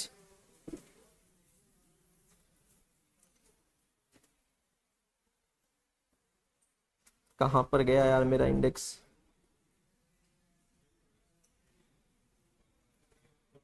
ये रहा। ठीक है, सो जितने भी लोग नए हैं, जिनको नहीं पता इंडेक्स कैसे फिल करना है, प्लीज कंसंट्रेट कीजिएगा। आपके टेक्स्ट बुक्स के शुरुआत में इंडेक्स दिया गया है। क्लास बुक के शुरुआत में आपको यहां पर आना है और यहां पर लिखना है chapter 6 cost sheet. Index maintain करना मैंडेटरी है गाइस, ट्रस्ट मी, एग्जाम से पहले ये आपकी बहुत हेल्प करने वाला है, बहुत हेल्प करने वाला है। ठीक है, सीरियल नंबर में आकर आप लिखेंगे नंबर 1। सबसे पहले हमने कौन सा क्वेश्चन किया था दोस्तों? Question number 2, question 2/AAA/6.2। तो आप यहां लिखेंगे क्वेश्चन 2/AAA/6.2। यहां पर आकर आप लिख सकते हैं बेसिक क्वेश्चन। बेसिकली यहां पर आपको लिखना है उस क्वेश्चन की स्पेशलिटी, जो अभी हम इस क्वेश्चन का लिखेंगे सिंगल फिगर क्वेश्चन, है ना। उसके बाद हमने किया था क्वेश्चन 2 के बाद क्वेश्चन 3 6.2 पे है। तो question 3/AAA is the reference of the book. 6.2 again it is a basic question. उसके बाद में आप लोगों ने किया था question number 1 6.1, question number 1/AAA/6.1। अब क्वेश्चन नंबर 1 में आपने 2 कॉलम्स बनाए थे कॉस्ट शीट में, है ना, एक टोटल यूनिट्स, एक पर यूनिट्स। अगर आप चाहें तो उसको यहां इंडेक्स में लिख सकते हैं, total units and per unit cost sheet. और फिर अभी हमने किया है क्वेश्चन नंबर 5/AAA/6.4। ये वाला क्वेश्चन क्या है, सिंगल फिगर क्वेश्चन। अब समझना, हर एक क्वेश्चन करने के बाद आपको इस तरीके से इंडेक्स बनाना है और फिर सबसे इंपॉर्टेंट यहां पर आपको पेज नंबर्स लिखते जाना है अपने रजिस्टर के, जहां पर ये रिस्पेक्टिव क्वेश्चन आपने सॉल्व किया है। And now comes the most important thing is defining the difficulty level of the question, है ना। ध्यान से समझना बेटा, हो सकता है आप लोगों में से बहुत लोगों ने ग्रुप 1 में उड़ा दिया हो इंडेक्स को, तो अब ध्यान रखना है। अभी हमारे लिए कौन सा कॉलम एप्लीकेबल है, कॉलम नंबर 1। यहां पर हम क्या करेंगे, आज जब हम पहली बार ये क्वेश्चन को सॉल्व कर रहे हैं, आपको अपनी भावनाएं व्यक्त करनी है कि ये क्वेश्चन आपको कैसा लगा। If you feel that the question is very easy and it does not need any subsequent revision, you can simply do a tick mark. If you feel that yes, question is very good and I need to revise it again at least once more, you need to do a single star mark. If you strongly feel no, I need to revise it, one more star mark. If you feel no, तलब ही ऐसी अब तो रुक ही नहीं रही है, तो एक और star mark. More star mark defines more intensity और more necessity to revise the question. Clear हो गया? अब इससे मदद क्या होगी, ध्यान से समझना। Whenever you are going to revise this topic for the second time, when are you going to revise this topic for the second time? When you are going to appear for the test. I have announced test in advance. You remember chapter 6, 8 and 12. Sir, approximately how many lectures we will complete it by 11th or 12th lecture? ये तीनों topics हो जाएंगे क्योंकि छोटे छोटे topics हैं, सब cost sheet पे बेस्ड है। तो जैसे ही होगा टेस्ट हो जाएगी आपकी, टेस्ट के समय आप ये रिवाइज करोगे, तो सेकेंड रिवीजन करते समय आप कौन से क्वेश्चंस रिवाइज करोगे, those questions to which you have given star mark in column number 1। और उसमें भी क्रोनोलॉजी क्या होगी, पहले वो क्वेश्चंस रिवाइज करेंगे जिसको ज्यादा स्टार मार्क है, फिर वो क्वेश्चन जिसको कम स्टार मार्क है, लेकिन जिसको टिक मार्क किया है वो रिवाइज करेंगे आप नहीं। तो टिक मार्क का मतलब पता है क्या है, full stop, no revision hence forward. Clear हो गया। लेकिन कुछ क्वेश्चंस ऐसे होते हैं जो आप अभी डिसाइड करके रखोगे that I am going to revise till my exam, 3rd number revision, 4th number revision भी होने चाहिए, तो उसको आप अभी से ही एंड तक स्टार मार्क करके रख सकते हो। जैसे कि question number 5, guys trust me, आपको अभी लग रहा है कि क्वेश्चन नंबर 5 बहुत आसान है क्योंकि मैंने आपको पढ़ाया है। आप एक काम करिए, अपने हॉस्टल्स में जाकर अपने दोस्तों को क्वेश्चन नंबर 5 दीजिए सॉल्व करने के लिए।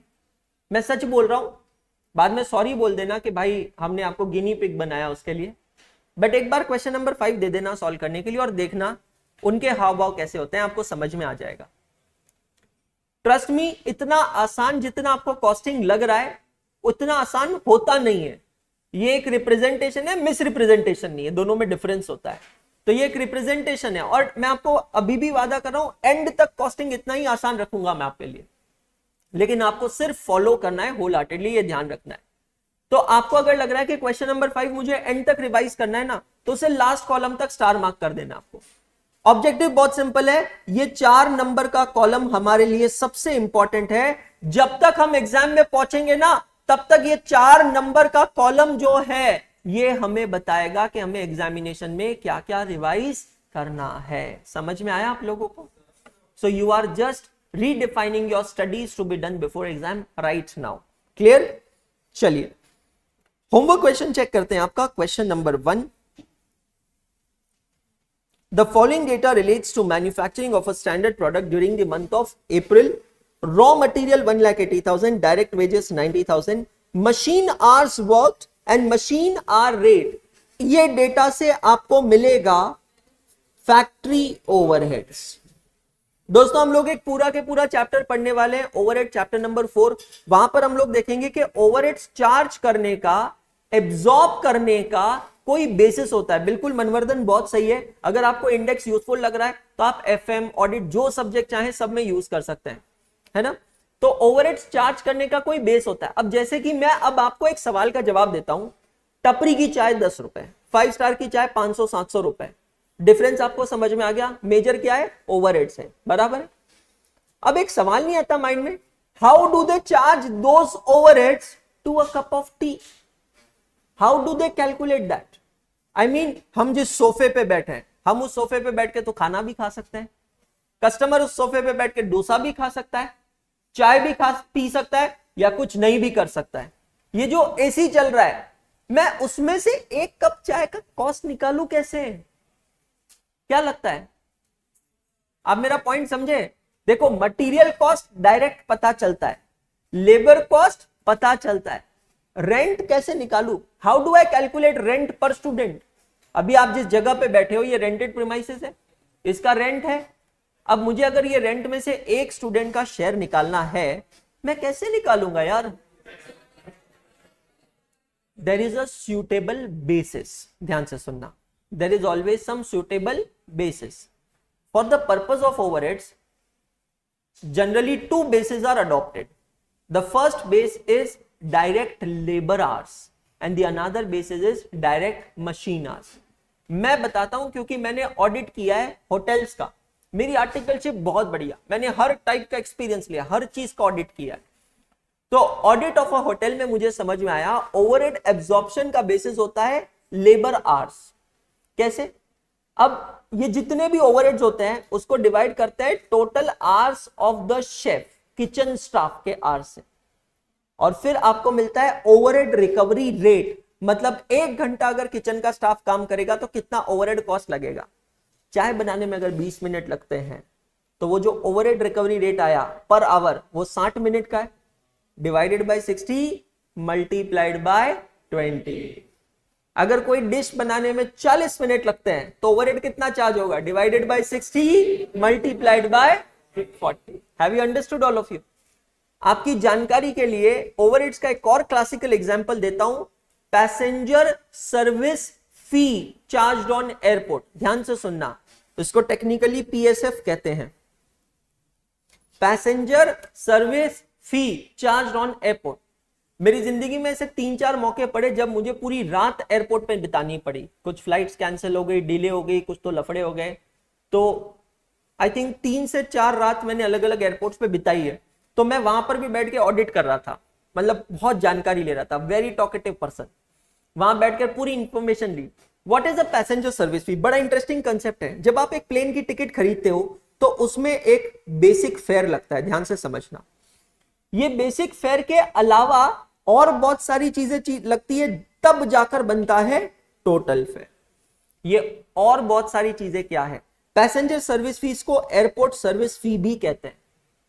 अब एयरपोर्ट की जो बिल्डिंग है, उस बिल्डिंग में जो खर्चा होता है वो खर्चा किससे रिकवर किया जाएगा? Passengers who are using this airport में मैं 2 कैटेगरीज बना सकता हूं, डिपार्चर एंड अराइव। आपके ऑडिटिंग में एक टॉपिक है स्पेशल ऑडिट। ये जितना भी डिस्कशन मैं कर रहा हूं ये उसमें काम आएगा, क्योंकि स्पेशल ऑडिट चैप्टर में क्वेश्चंस आ सकते हैं। How will you vouch the receipts of a hospital? How will you vouch the expenditure of a library? और वहां ये कॉमन सेंस की जरूरत होती है, ये विजुअलाइज करना पड़ता है। तो एयरपोर्ट की जो बिल्डिंग होती है, कभी भी देखना, नॉर्मली उस बिल्डिंग के 2 हिस्से बनाए जाते हैं। एक होता है डिपार्चर, दूसरा होता है अराइव। जनरली डिपार्चर बड़ा होता है। कोई बता सकता है क्यों?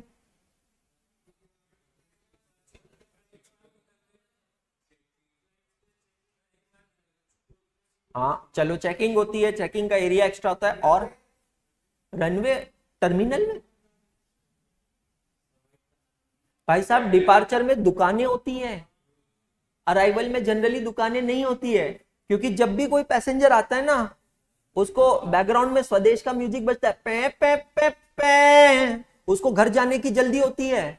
अराइवल में 2-4 दुकानें होती है, डिपार्चर में तो पूरा शॉपिंग मॉल बना होता है। समझ रहे हो आप? तो डिपार्चर एरिया जनरली बड़ा होता है, अराइवल एरिया छोटा होता है। बिल्कुल सही जवाब दे रहे हो ऑनलाइन वालों। डिपार्चर में लाउंज होता है, वेटिंग एरिया होता है। कभी भी अराइवल में लाउंज होता ही नहीं है, क्योंकि तुम्हारा प्लेन ने तुमको छोड़ दिया ना, चल फट निकल यहां से।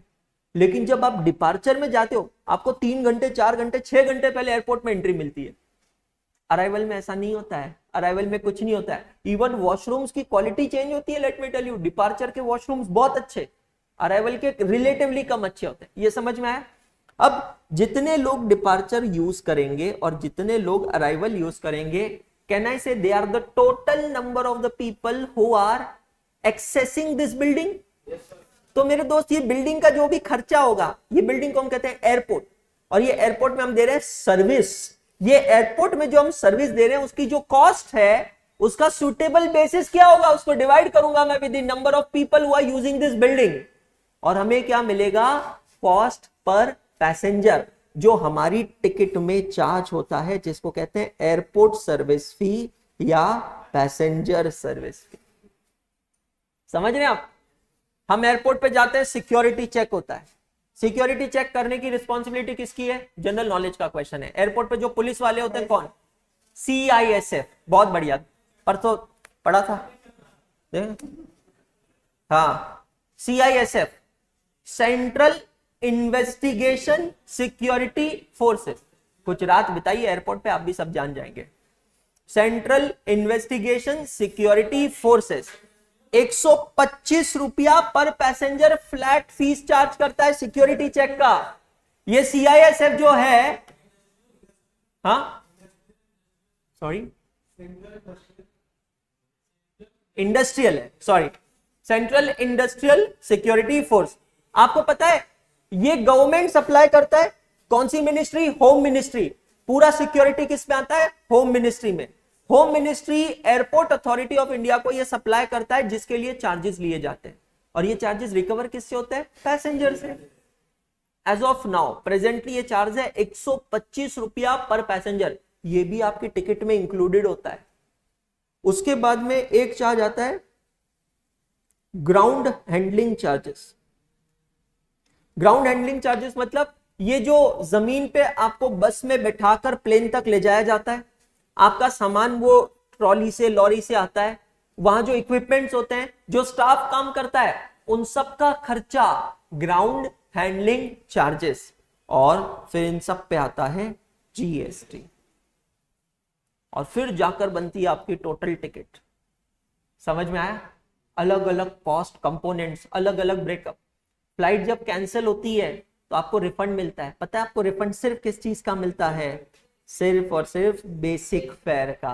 बाकी चीजों का रिफंड नहीं मिलता है। आया समझ में? अगर इस लेवल पे घुस के दिमाग चलाना चालू करोगे ना, तो कॉस्टिंग बहुत आसान बन जाएगा। Trust me, everything will become very smooth. तो मशीन आवर्स वर्कड आर 10,000 और मशीन आवर रेट है 8 रुपए। इसको टेक्निकली आप चाहें तो यहां पर लिख लीजिएगा, इसको कहते हैं ओवरहेड रिकवरी रेट। क्या कहते हैं? Overhead recovery rate.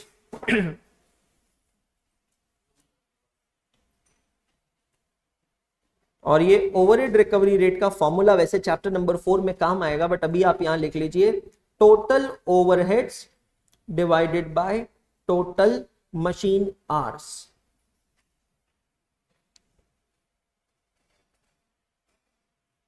Total overheads divided by total machine hours. तो एक बात बताओ, क्या मैं कह सकता हूं टोटल ओवरहेड्स मेरे 80,000 रुपए हैं? 80,000 क्लियर हुआ? कैसे आया 80,000? 10,000 इंटू 8, तो आपकी कॉस्ट शीट में जाएगा 80,000 रुपए। ठीक है, तो अब आपकी कॉस्ट शीट मोटा मोटी देखो यहां पे बन गई। मटेरियल कॉस्ट, फिर ये लेबर कॉस्ट 2,70,000 रुपए, प्राइम कॉस्ट, उसके अंदर मैं फैक्ट्री ओवरहेड्स ऐड करूंगा 80,000 रुपए, 3,50,000 रुपए क्या हो गया? फैक्ट्री और works cost of goods produced. WIP का स्टॉक यहां दिया है? नहीं है। रॉ मटेरियल का स्टॉक है? नहीं है। एडमिनिस्ट्रेशन ओवरहेड्स इसमें हम ऐड कर देते हैं 35,000। ठीक है, अब अगर ये जनरल एडमिन ओवरहेड्स होंगे तो नीचे ऐड होंगे, ये रिलेटिंग टू प्रोडक्शन होंगे तो ऊपर होंगे। कुछ बोला नहीं है, ठीक है, तो नीचे ले लेंगे हम लोग, डोंट वरी, नीचे ले लेंगे। ये हो गया हमारा फैक्ट्री कॉस्ट, वर्क्स कॉस्ट, यही हो गया cost of production. Opening closing stocks दिया है क्या? क्लोजिंग है, ओपनिंग स्टॉक नहीं है दोस्तों, क्लोजिंग स्टॉक है हमारे पास। एक ही मिनट,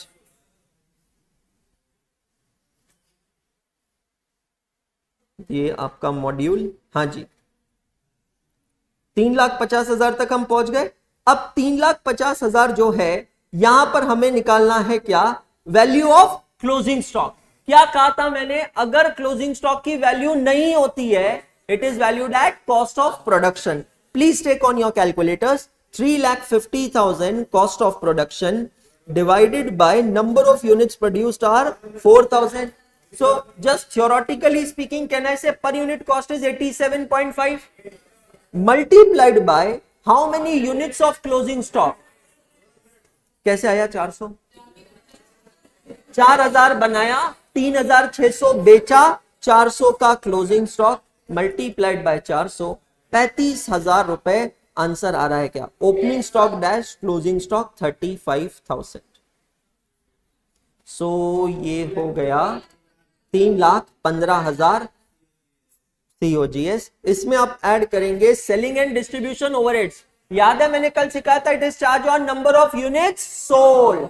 सो 125 रुपए मल्टीप्लाइड बाय 3,600 यूनिट्स, सॉरी अच्छा सेलिंग प्राइस है, सॉरी 5 रुपए इंटू 3600, 18,000, बहुत बढ़िया, 18,000 plus 3,15,000 plus admin overheads. Now you will add admin overheads 35,000, 3,68,000 and now you will compare it with sales. How will you calculate total sales? 3,600 units multiplied by 125, 4,50,000 minus cost of sales 3,68,000, profit is 82,000. Check all of you. पहले अगर ये बना दिया ना तो फिर दूसरा column तो आसान है, बस एक ध्यान रखना है, दूसरे कॉलम में एक पॉइंट तक 4,000 से डिवाइड होगा, लेकिन एक पॉइंट के बाद कितने से डिवाइड, 3600 से डिवाइड होगा। चेक कीजिएगा आपके आंसर, ये देखिए ICI study material question number 1, check कीजिएगा। सर क्लोजिंग स्टॉक का माइनस नहीं करेंगे, नहीं करेंगे, वो तो हमें निकालना है ना टोटल क्वांटिटी के लिए। मतलब रियली स्पीकिंग जो कॉस्ट ऑफ प्रोडक्शन है वही तो आपका कॉस्ट ऑफ गुड सोल्ड होगा ना पर यूनिट। क्लोजिंग स्टॉक आप क्यों ही माइनस करोगे, उससे कोई लॉजिक ही नहीं बनता है। क्या हुआ Cheshta, confused, are not looking so confident in costing, पक्का, चलो बहुत बढ़िया। Chaitanya all okay, Khushi all well, कूदने वाली परिस्थिति तो नहीं है अभी। Sir, I have one doubt in homework question in module. Statement of profit and loss is also made in which sales is 3,600 unit, but cost of sales is taken off 4,000 unit. Doesn't the profits get understated? Okay, check करते हैं। यहाँ पर आपने देखा है statement of profit बनाया, sales revenue this much, cost of sales this much, profit is this much। ये ऐसा इसीलिए लिया है बिकॉज यहाँ पर क्लोजिंग स्टॉक को एडिशनली ऐड नहीं किया है, एक मोटा मोटी देखा गया है कितना मिला है और कितना खर्चा किया है, उस तरीके से किया। But this is not how we calculate profit in costing, don't worry. Sales कैसे आया एक बार बता दीजिए। अच्छा दीदी बता देता हूं, दीदी सुनो, sales is equal to number of units sold multiplied by selling price per unit। अब number of units sold 3,600 multiplied by selling price per unit 125।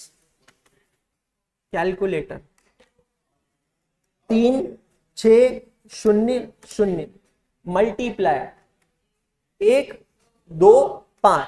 अब रिजल्ट के लिए ये दो लाइन इज इक्वल टू,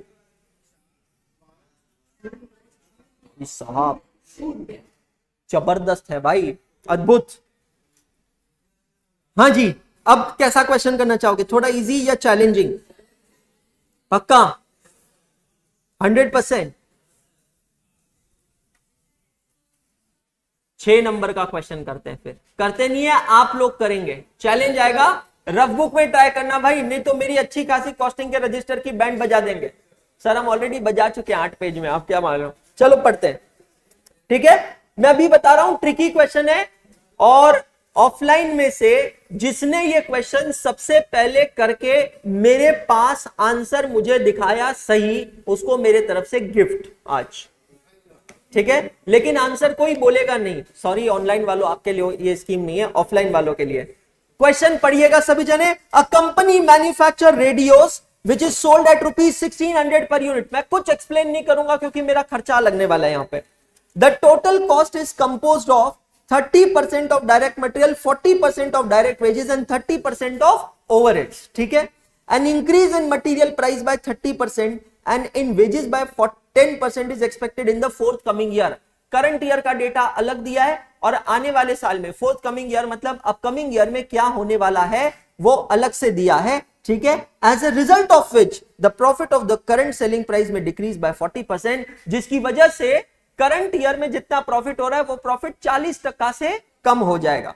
अगर आप सोचोगे लॉजिकल है, कैसे लॉजिकल है? देखो मटेरियल कॉस्ट 30% से बढ़ रही है और लेबर कॉस्ट 10% से बढ़ रही है, तो जितने परसेंट से कॉस्ट बढ़ेगा उतने परसेंट से प्रॉफिट कम हो जाएगा, ठीक है।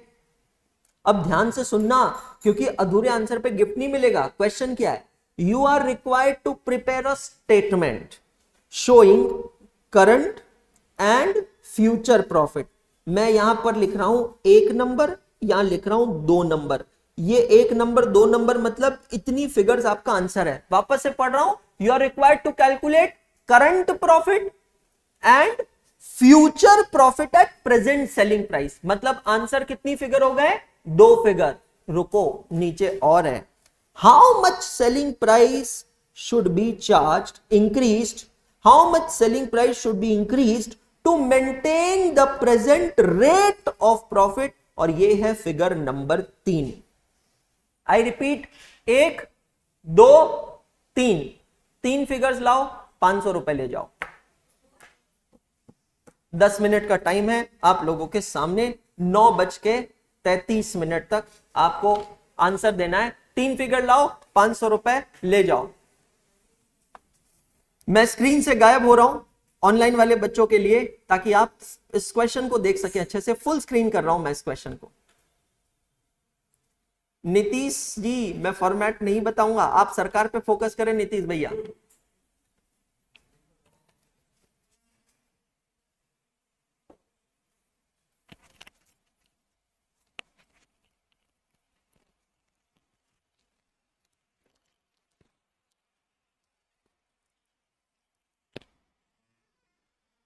बेटा इतना दिलदार टीचर नहीं मिलेगा। कल तो मुझे कहते हो सर आप खर्चा कब करोगे, मैं काबिलियत पे खर्चा करता हूं।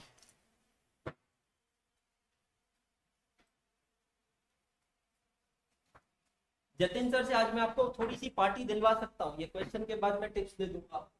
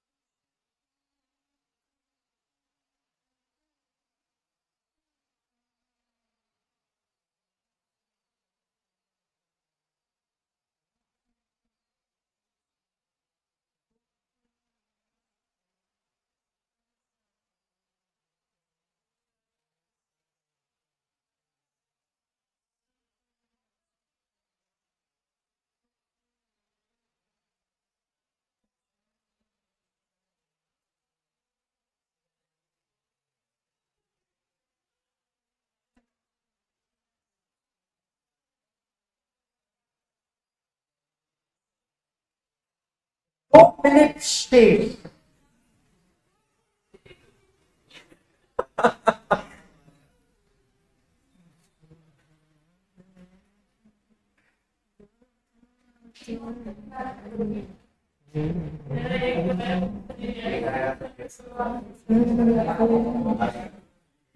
हो गया।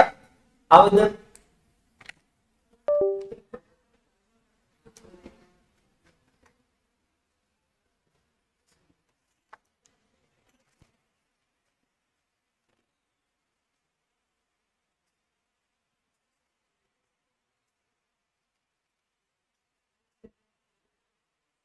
एक minute.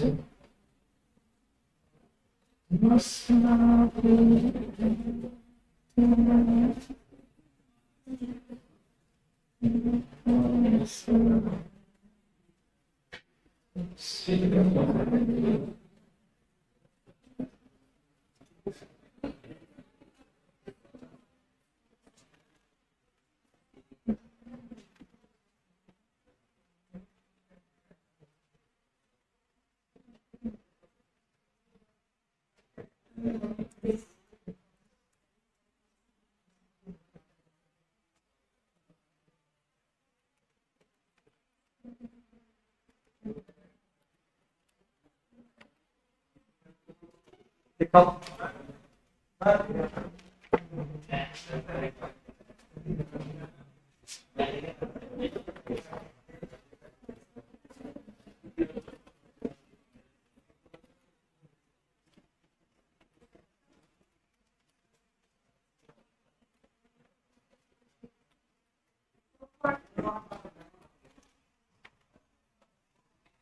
What is this figure? 1803 आहे. हाँ 1803. हो रुक रुक रुक हाँ ती तिकडे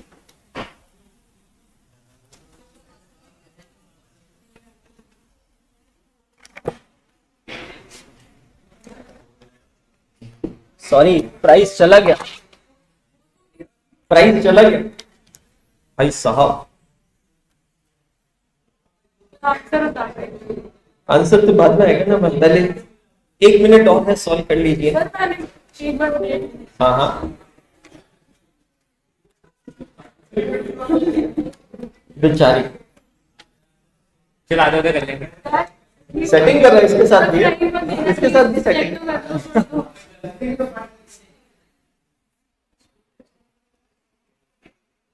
क्या हो गया?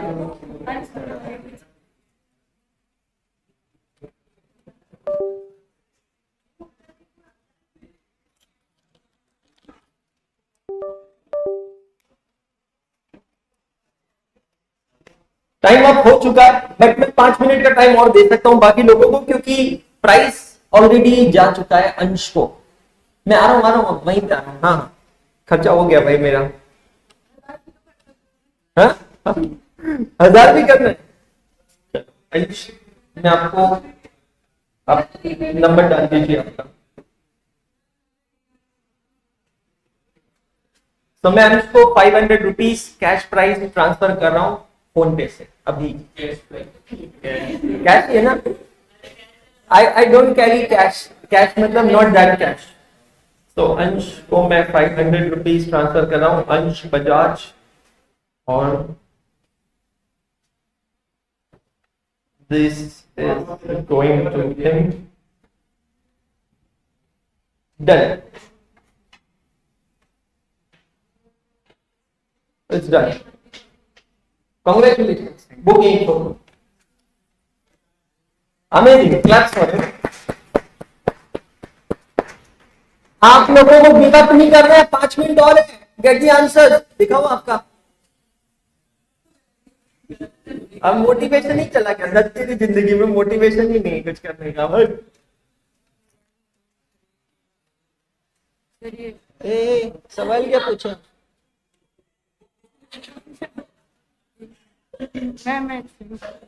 उधर रुको तो सर ऐसे अपना कर लो 1808 फ्यूचर यहीं पे गलत हो गया, तो बताऊंगा क्यों, तो आंसर 5 मिनट बाद दूंगा। 938 तक आंसर मिलेगा। हाँ जी मैम का गलत है, अलाउ दिखाओ चैतन्य, फटाफट लेके आ जाओ, कोई प्रॉब्लम नहीं। 938 तक 2 मिनट और बचे हैं, सब जने सॉल्व करेंगे, उसके बाद मैं सॉल्व करूंगा। मुझे 3 फिगर दिखा दो आप, अच्छे से करो। ये आया राउंड। हाँ हाँ करेक्ट फिगर अगर मैं बताऊं, बस 1.5 मिनट बचा है, पूरा क्वेश्चन सॉल्व करूंगा। हाँ नहीं मैम 3 फिगर की कीमत तुम क्या जानो। आयुष भाई कहाँ टके? आयुष्मती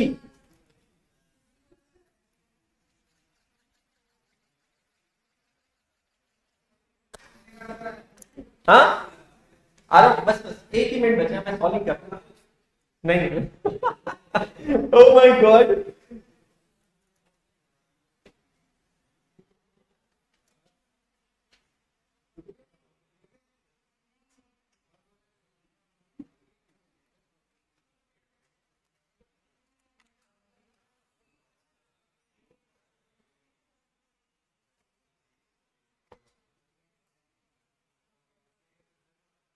हाँ जी समय समाप्त।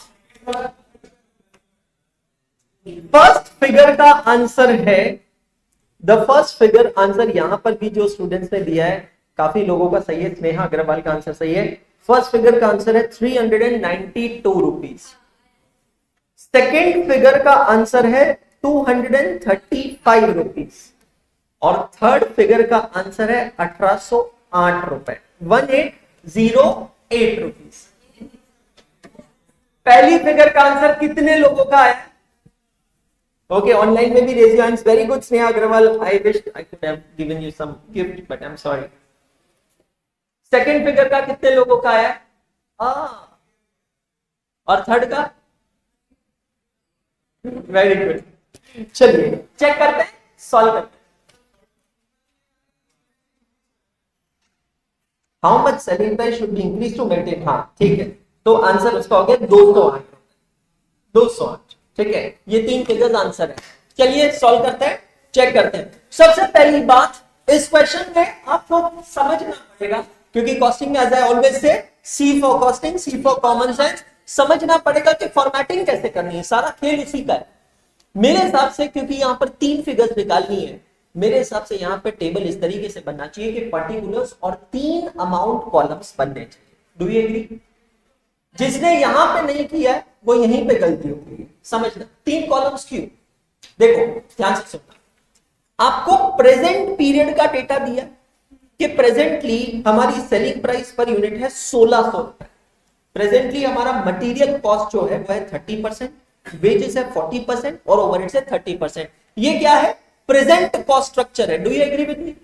और अब मुझे क्या करना पड़ेगा? प्रेजेंट सिनेरियो में प्रॉफिट फाइंड आउट करना है। That is my first figure of answer, तो उसका एक कॉलम लगेगा। दूसरा कॉलम क्या है? सुनना बेटा, वो कहता है in the fourth coming year, मतलब in the upcoming year my cost is going to increase, है ना। एक कॉस्ट 30% से बढ़ने वाला है, दूसरा कॉस्ट 10% से बढ़ने वाला है, लेकिन सेलिंग प्राइस 1600 रुपए अगर मैं रखता हूं तो मेरा प्रॉफिट पर यूनिट कितना होगा? ऑब्वियसली प्रॉफिट तो गिरेगा, पर कितना गिरेगा ये हमें निकालना है। तीसरी फिगर पता है क्या है? If I want to maintain the same rate of profit, rate of profit का मतलब समझ लो GP ratio, percentage. If I want to maintain the same rate of profit which I am earning at present, तो मेरी revised selling price कितनी होगी? और फिर मुझे ये कैलकुलेट करना है कि मुझे कितने से अपनी सेलिंग प्राइस को बढ़ाना है। Is this clear to all of you? पक्का 100%? चलूं आगे। क्या मैं कह सकता हूं पर्टिकुलर्स और 3 कॉलम का फॉर्मेट बनेगा? ये रहा फॉर्मेट आपके सामने, पर्टिकुलर्स और 3 फॉर्मेट। समझ में आया? कॉस्टिंग के क्वेश्चंस की शुरुआत होती है फॉर्मेट के साथ। आकृति मैम, आपने वो गलती की है जो हर एक स्टूडेंट करता है, गलत नहीं है। मैक्सिमम लोगों ने गलती पता है क्या की है? जो प्रेजेंट सिनेरियो में कॉस्ट स्ट्रक्चर दिया है ना, 30% मटेरियल, 40% वेजेस, 30% ओवरहेड्स, मैक्सिमम लोगों ने क्या किया? 1600 का 30%, 1600 का 40% और 1600 का 30%। भैया प्रॉफिट का है। अबे प्रॉफिट होगा कैसे? क्योंकि 1600 रुपए तो सेलिंग प्राइस है और आपने सेलिंग प्राइस का 30 40 30 ले लिया है, तो प्रॉफिट आएगा कैसे? क्या ये 30 40 30 सेलिंग प्राइस का है? ये कॉस्ट प्राइस का है। तो सर सॉल्व कैसे करेंगे? कॉन्सेंट्रेट कीजिएगा। इतिहास गवाह है, जिसका कोई नहीं होता है ना उसका एक्स होता है। जिंदगी में और कोई आपके काम आए ना आए, आपका एक्स आपके हमेशा काम आएगा। मतलब let us assume total present cost as X and present profit as Y. Let us assume total present cost as X and total present profit as Y. देखिएगा जरा, लिख लेना बाद में या बाद में कॉपी कर लेना, जैसे भी ठीक लगे। भाई लिखने से भी ज्यादा इंपॉर्टेंट पता है क्या है? खुद से सॉल्व करना। तो अभी समझ लो, फिर क्लास के बाद खुद से सॉल्व कर लेना, नहीं तो सोल्यूशन मैं स्क्रीनशॉट लेकर टेलीग्राम पे व्हाट्सएप पे भेज दूंगा। क्या मैं यहां पर x लिख दूं? जस्ट ऑब्जर्व करो, क्या मैं यहां पे x लिख दूं? सही किया मैंने। और क्या मैं यहां पे y लिख दूं? सही किया मैंने। कोई परेशानी? कुछ गलत किया? अब अगर टोटल कॉस्ट x है तो प्रेजेंटली मटेरियल कॉस्ट है 30%, तो 0.3x सही लिखा मैंने। लेबर कॉस्ट कितना होगा? 0.4x और ओवरहेड 0.3x। सब कुछ सही है ना? मेरी सेलिंग प्राइस प्रेजेंटली कितनी है? 1600। ये भी सही लिखा। अब मेरे को आगे का डेटा पता ही नहीं, क्योंकि मेरे को तो x की भी वैल्यू नहीं पता, y की भी वैल्यू नहीं पता, लेकिन कुछ ना कुछ तो होगा जो मुझे पता है। अब in the fourth coming year what is happening? Check in the question. Material price increase by 30%। Guys, when I say increase, what does that means? जितना अभी है प्लस 30%. एक्सीडेंट पॉइंट नंबर 2, लड़की बन जानी चाहिए. बच्चे यहां पर पता है क्या करेंगे, यहां पर लिखेंगे 0.6x. जिसने ये लिखा गया, क्यों गया सर? 0.3 पे 30% इंक्रीज होगा, तो अगर आप 0.3 पे 30% करेंगे 0.39x आएगा. आकृति समझ में आ रहा है? बाद में लिख लेना बेटा, मैं फोटो भेज दूंगा से, है ना. 0.39x clear. Accident points mark करते चलना. कोई यहां जितनी गलती करनी है कर लो, कोई परेशानी नहीं. और क्या चेंज हो रहा है? Wages by 10%. अभी ये 0.4x प्लस 10%. अच्छा, ओवरहेड कॉस्ट में कोई चेंज है तो वो एज इट इज लिखता हूं 0.3x. अब तीनों की टोटल ले लो. 0.39, 0.44, 0.3, 1.13x. और एक चेंज हो रहा है. My profit will reduce by 40%. तो जो x था, x माइनस 40%, कैन आई से it will become 0.6y. Sorry, y जो था, y minus 40% become 0.6y. Check करो भाई, सच बोलूं इतनी ही मैथमेटिक्स चाहिए जिंदगी में, बाकी इससे ज्यादा चाहिए भी नहीं. और ये सब वेरिएबल्स होकर भी मुझे सेलिंग प्राइस को कांस्टेंट रखना है 1600. ये चेक करो, यहां तक सबको क्लियर हुआ क्या? गौर से देखना, यहां आपको साइमल्टेनियस इक्वेशन नजर आएगा. आ रहा है क्या? x plus Y equals to 1600, 1.13x plus 0.6y equals to 16. अगर ये इक्वेशन को मुझे सॉल्व करना है तो या तो x को एक जैसा बनाना पड़ेगा या फिर y को एक जैसा बनाना पड़ेगा. मैं इसको क्या करता हूं, मल्टीप्लाई करता हूं 0.6 से. सही कर रहा हूं ना मैं? क्यों कर रहा हूं? ताकि y इक्वेट हो जाए. समझना. तो 1.13x plus 0.6y equals to 1600. 0.6x plus 0.6y equals to 1600 into 0.6 होता है 960. अब मुझे इन दोनों को क्या करना पड़ेगा? माइनस करना पड़ेगा. तो ये तो चला गया. अब 1.13 माइनस 0.6 होता है 0.53x equals to 1600 minus 960, 640. Therefore, x equals to 1207.55. That is 1208. ये चेक कीजिएगा. समझ में आया यहां तक? आपको पता है मुझे सबसे इंपॉर्टेंट फिगर मिल गई है इस क्वेश्चन, x. तो अब मैं यहां पर आता हूं. पहले एग्जिस्टिंग सिनेरियो के कॉलम को पूरा करता हूं. एग्जिस्टिंग सिनेरियो में टोटल कॉस्ट हो गई 1208. तो प्रॉफिट कितना होगा दोस्तों? 392 रुपीज. आप चेक कीजिए, आंसर लिखा है पहला 392. आ गया ये आंसर सभी का पक्का. लेकिन इसको स्टेटमेंट को पूरा करते हैं. अब 1208 रुपए मेरी टोटल कॉस्ट है. सबको समझ में आ रहा है ना भाई? प्लीज बता दो, कोई भी प्रॉब्लम हो तो बता दो. Is it clear all of you? अगर 1208 मेरी टोटल कॉस्ट है तो मैं 30% से मल्टीप्लाई करूंगा. 362 रुपीज मेरी मटेरियल कॉस्ट होगी. 1208 इंटू 0.4, 483 मेरी लेबर कॉस्ट होगी. और वापस यहां पर कितना आएगा? पर वो एंड में मैच होना चाहिए. 3, 4, 5, 6, 7, 8, 363 लिखना पड़ेगा, है ना? नहीं तो वो टोटल 1208 नहीं होगा. ये क्लियर हो गया? पहली फिगर जो मेरा आंसर है दोस्तों वो क्या है? Are you able to identify the answers? What is the present profit? 392. Check all of you. Is this clear? What is the second figure which I have to calculate as my answer? This figure. How much will be my profit if the cost increases but the selling price remains same. Are you getting? अच्छे से समझना, क्योंकि मैं इन तीन के अलावा चौथा question खुद अभी बनाऊंगा आपके सामने इसी क्वेश्चन में, और आप मेरे को आंसर दोगे जिसके लिए मैं कोई पैसा नहीं दूंगा। ठीक है, चलो दो तरीके आपके पास निकालने के। क्या पहला है 362, 362 अपने कैलकुलेटर पे लेंगे, एग्जिस्टिंग मटेरियल कॉस्ट। इसमें कितना परसेंट ऐड करना है? 30%। प्लस कर दीजिए बेटा जी 30%। Is it coming 471, rounding off answer 471। अच्छा, दूसरा तरीका पता है क्या?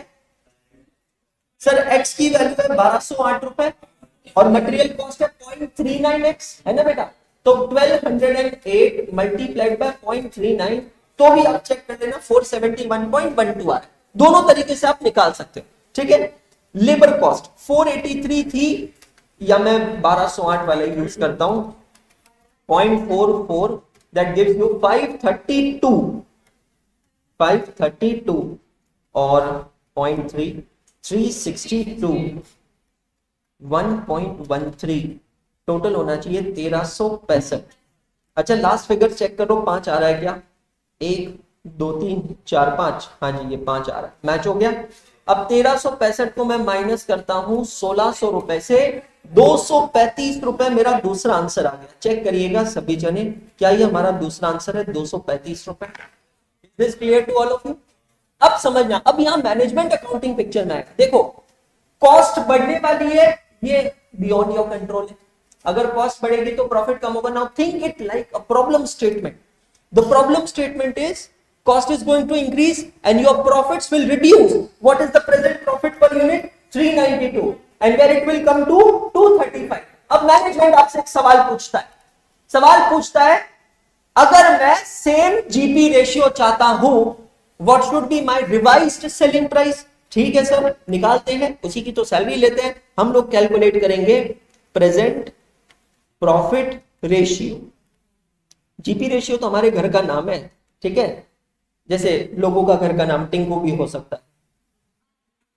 पता है कल मुझे गाने बज रहे थे, 392 divided by 1600 multiplied by 100, present GP ratio निकाल रहे, समझ रहे हो? 392 divided by 1600 multiplied by 100, 24.5%, 24.5% of what? Sales. लेकिन बोलो ये किसी काम का नहीं, क्योंकि सेलिंग प्राइस ही तो हमें निकालनी है। तो आपको पता है जीपी रेशियो एक और चीज का निकलता है, कॉस्ट प्राइस का। ओ 392 divided by cost 1208 multiplied by 100, 392 divided bye 1208 multiplied by 100, 32.45% of cost. आपको ये समझ में आया जो मैंने किया है? बेटा इवन तो आपने जीपी रेशियो सेल्स का निकाला है, बट आपके लिए कोई यूज का है क्या? नहीं है। क्यों नहीं है? क्योंकि आपको सेलिंग प्राइस ही तो निकालना है।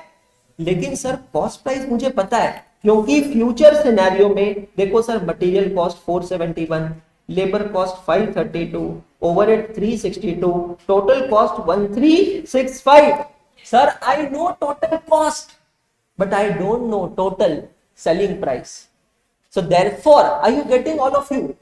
Therefore, I calculated profit as a percentage of cost price. Now, how much is your desired profit? It is 32.45% of 1365. 1365 into 32.45% is 443. So what is your revised selling price? 1808. This is not your answer.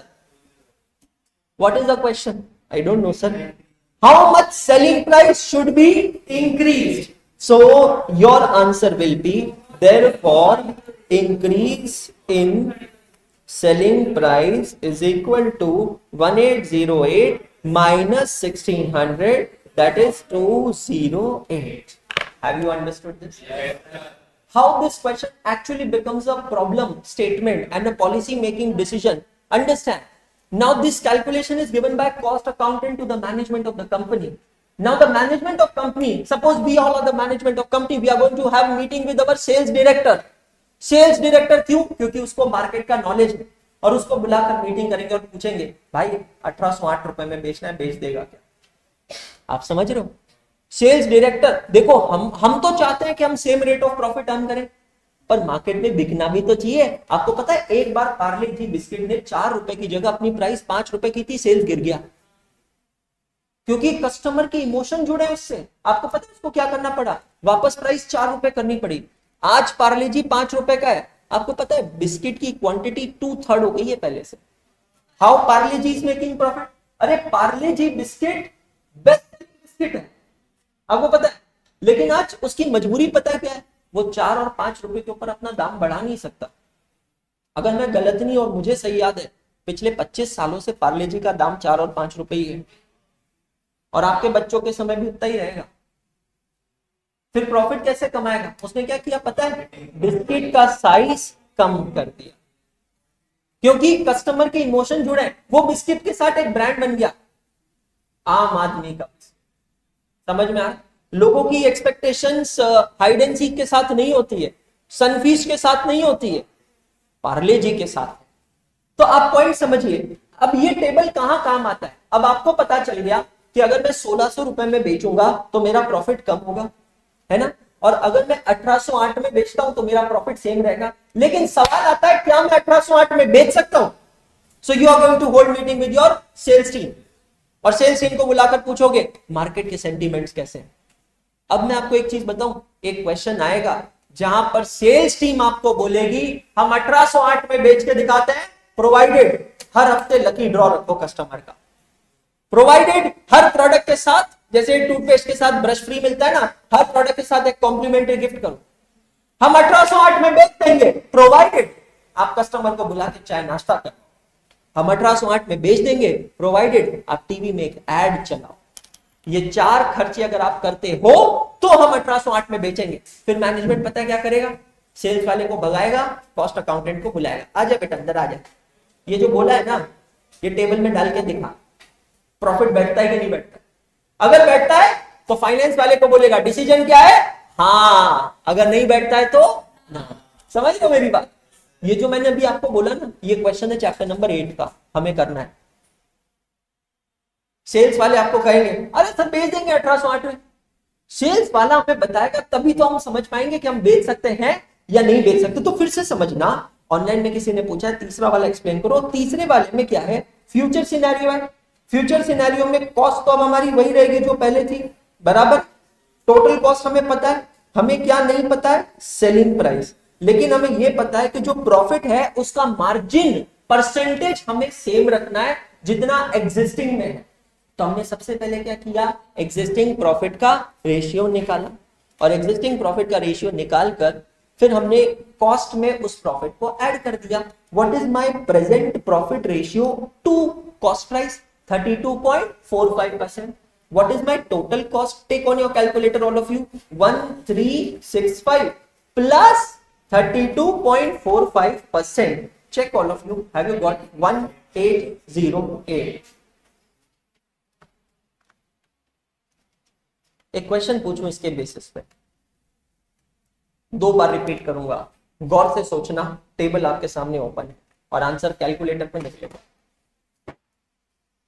What is the revised selling price if the management desires to earn the same amount of profit? I repeat, what is the desired selling price if the management desires to earn the same amount of profit at present? Get me answer. What is the desired selling price if the management desires to earn the same amount of profit at present? आपका answer क्या? 1600.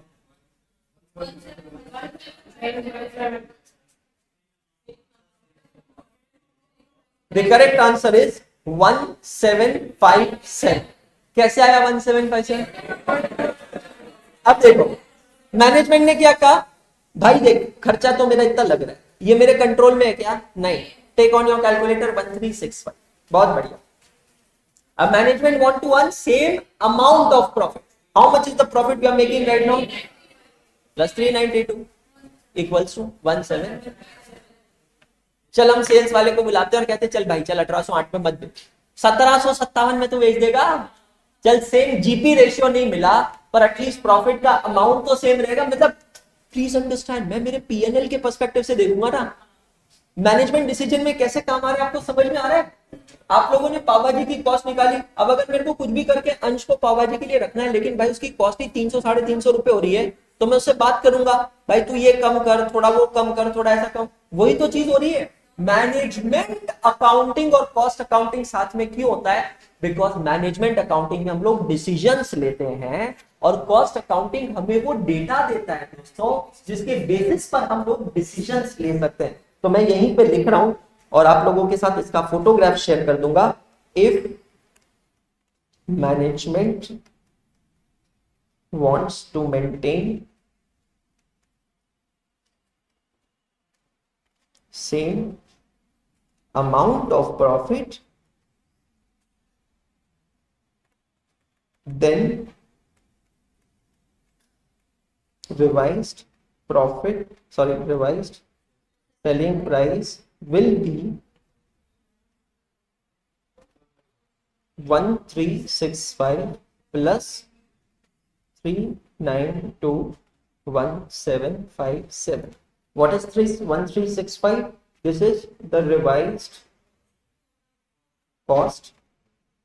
This is present profit.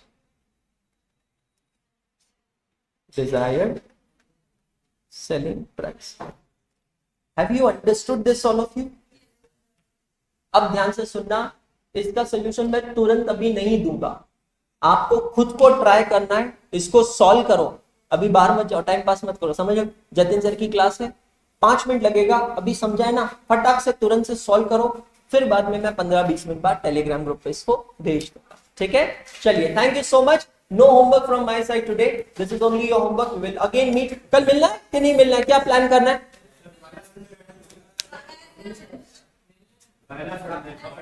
पहला Sunday, चलो नहीं मिलते हैं कल, बस कल नहीं मिलते हैं, पहला संडे है, मंडे को मिलेंगे, ठीक है। चलो, have a wonderful Sunday, see you on Monday. No half pants on Monday, half pants we can afford only on Sunday. Thank you so much, have a good day. Thank you all the students watching online, all the students watching on YouTube, thank you so much.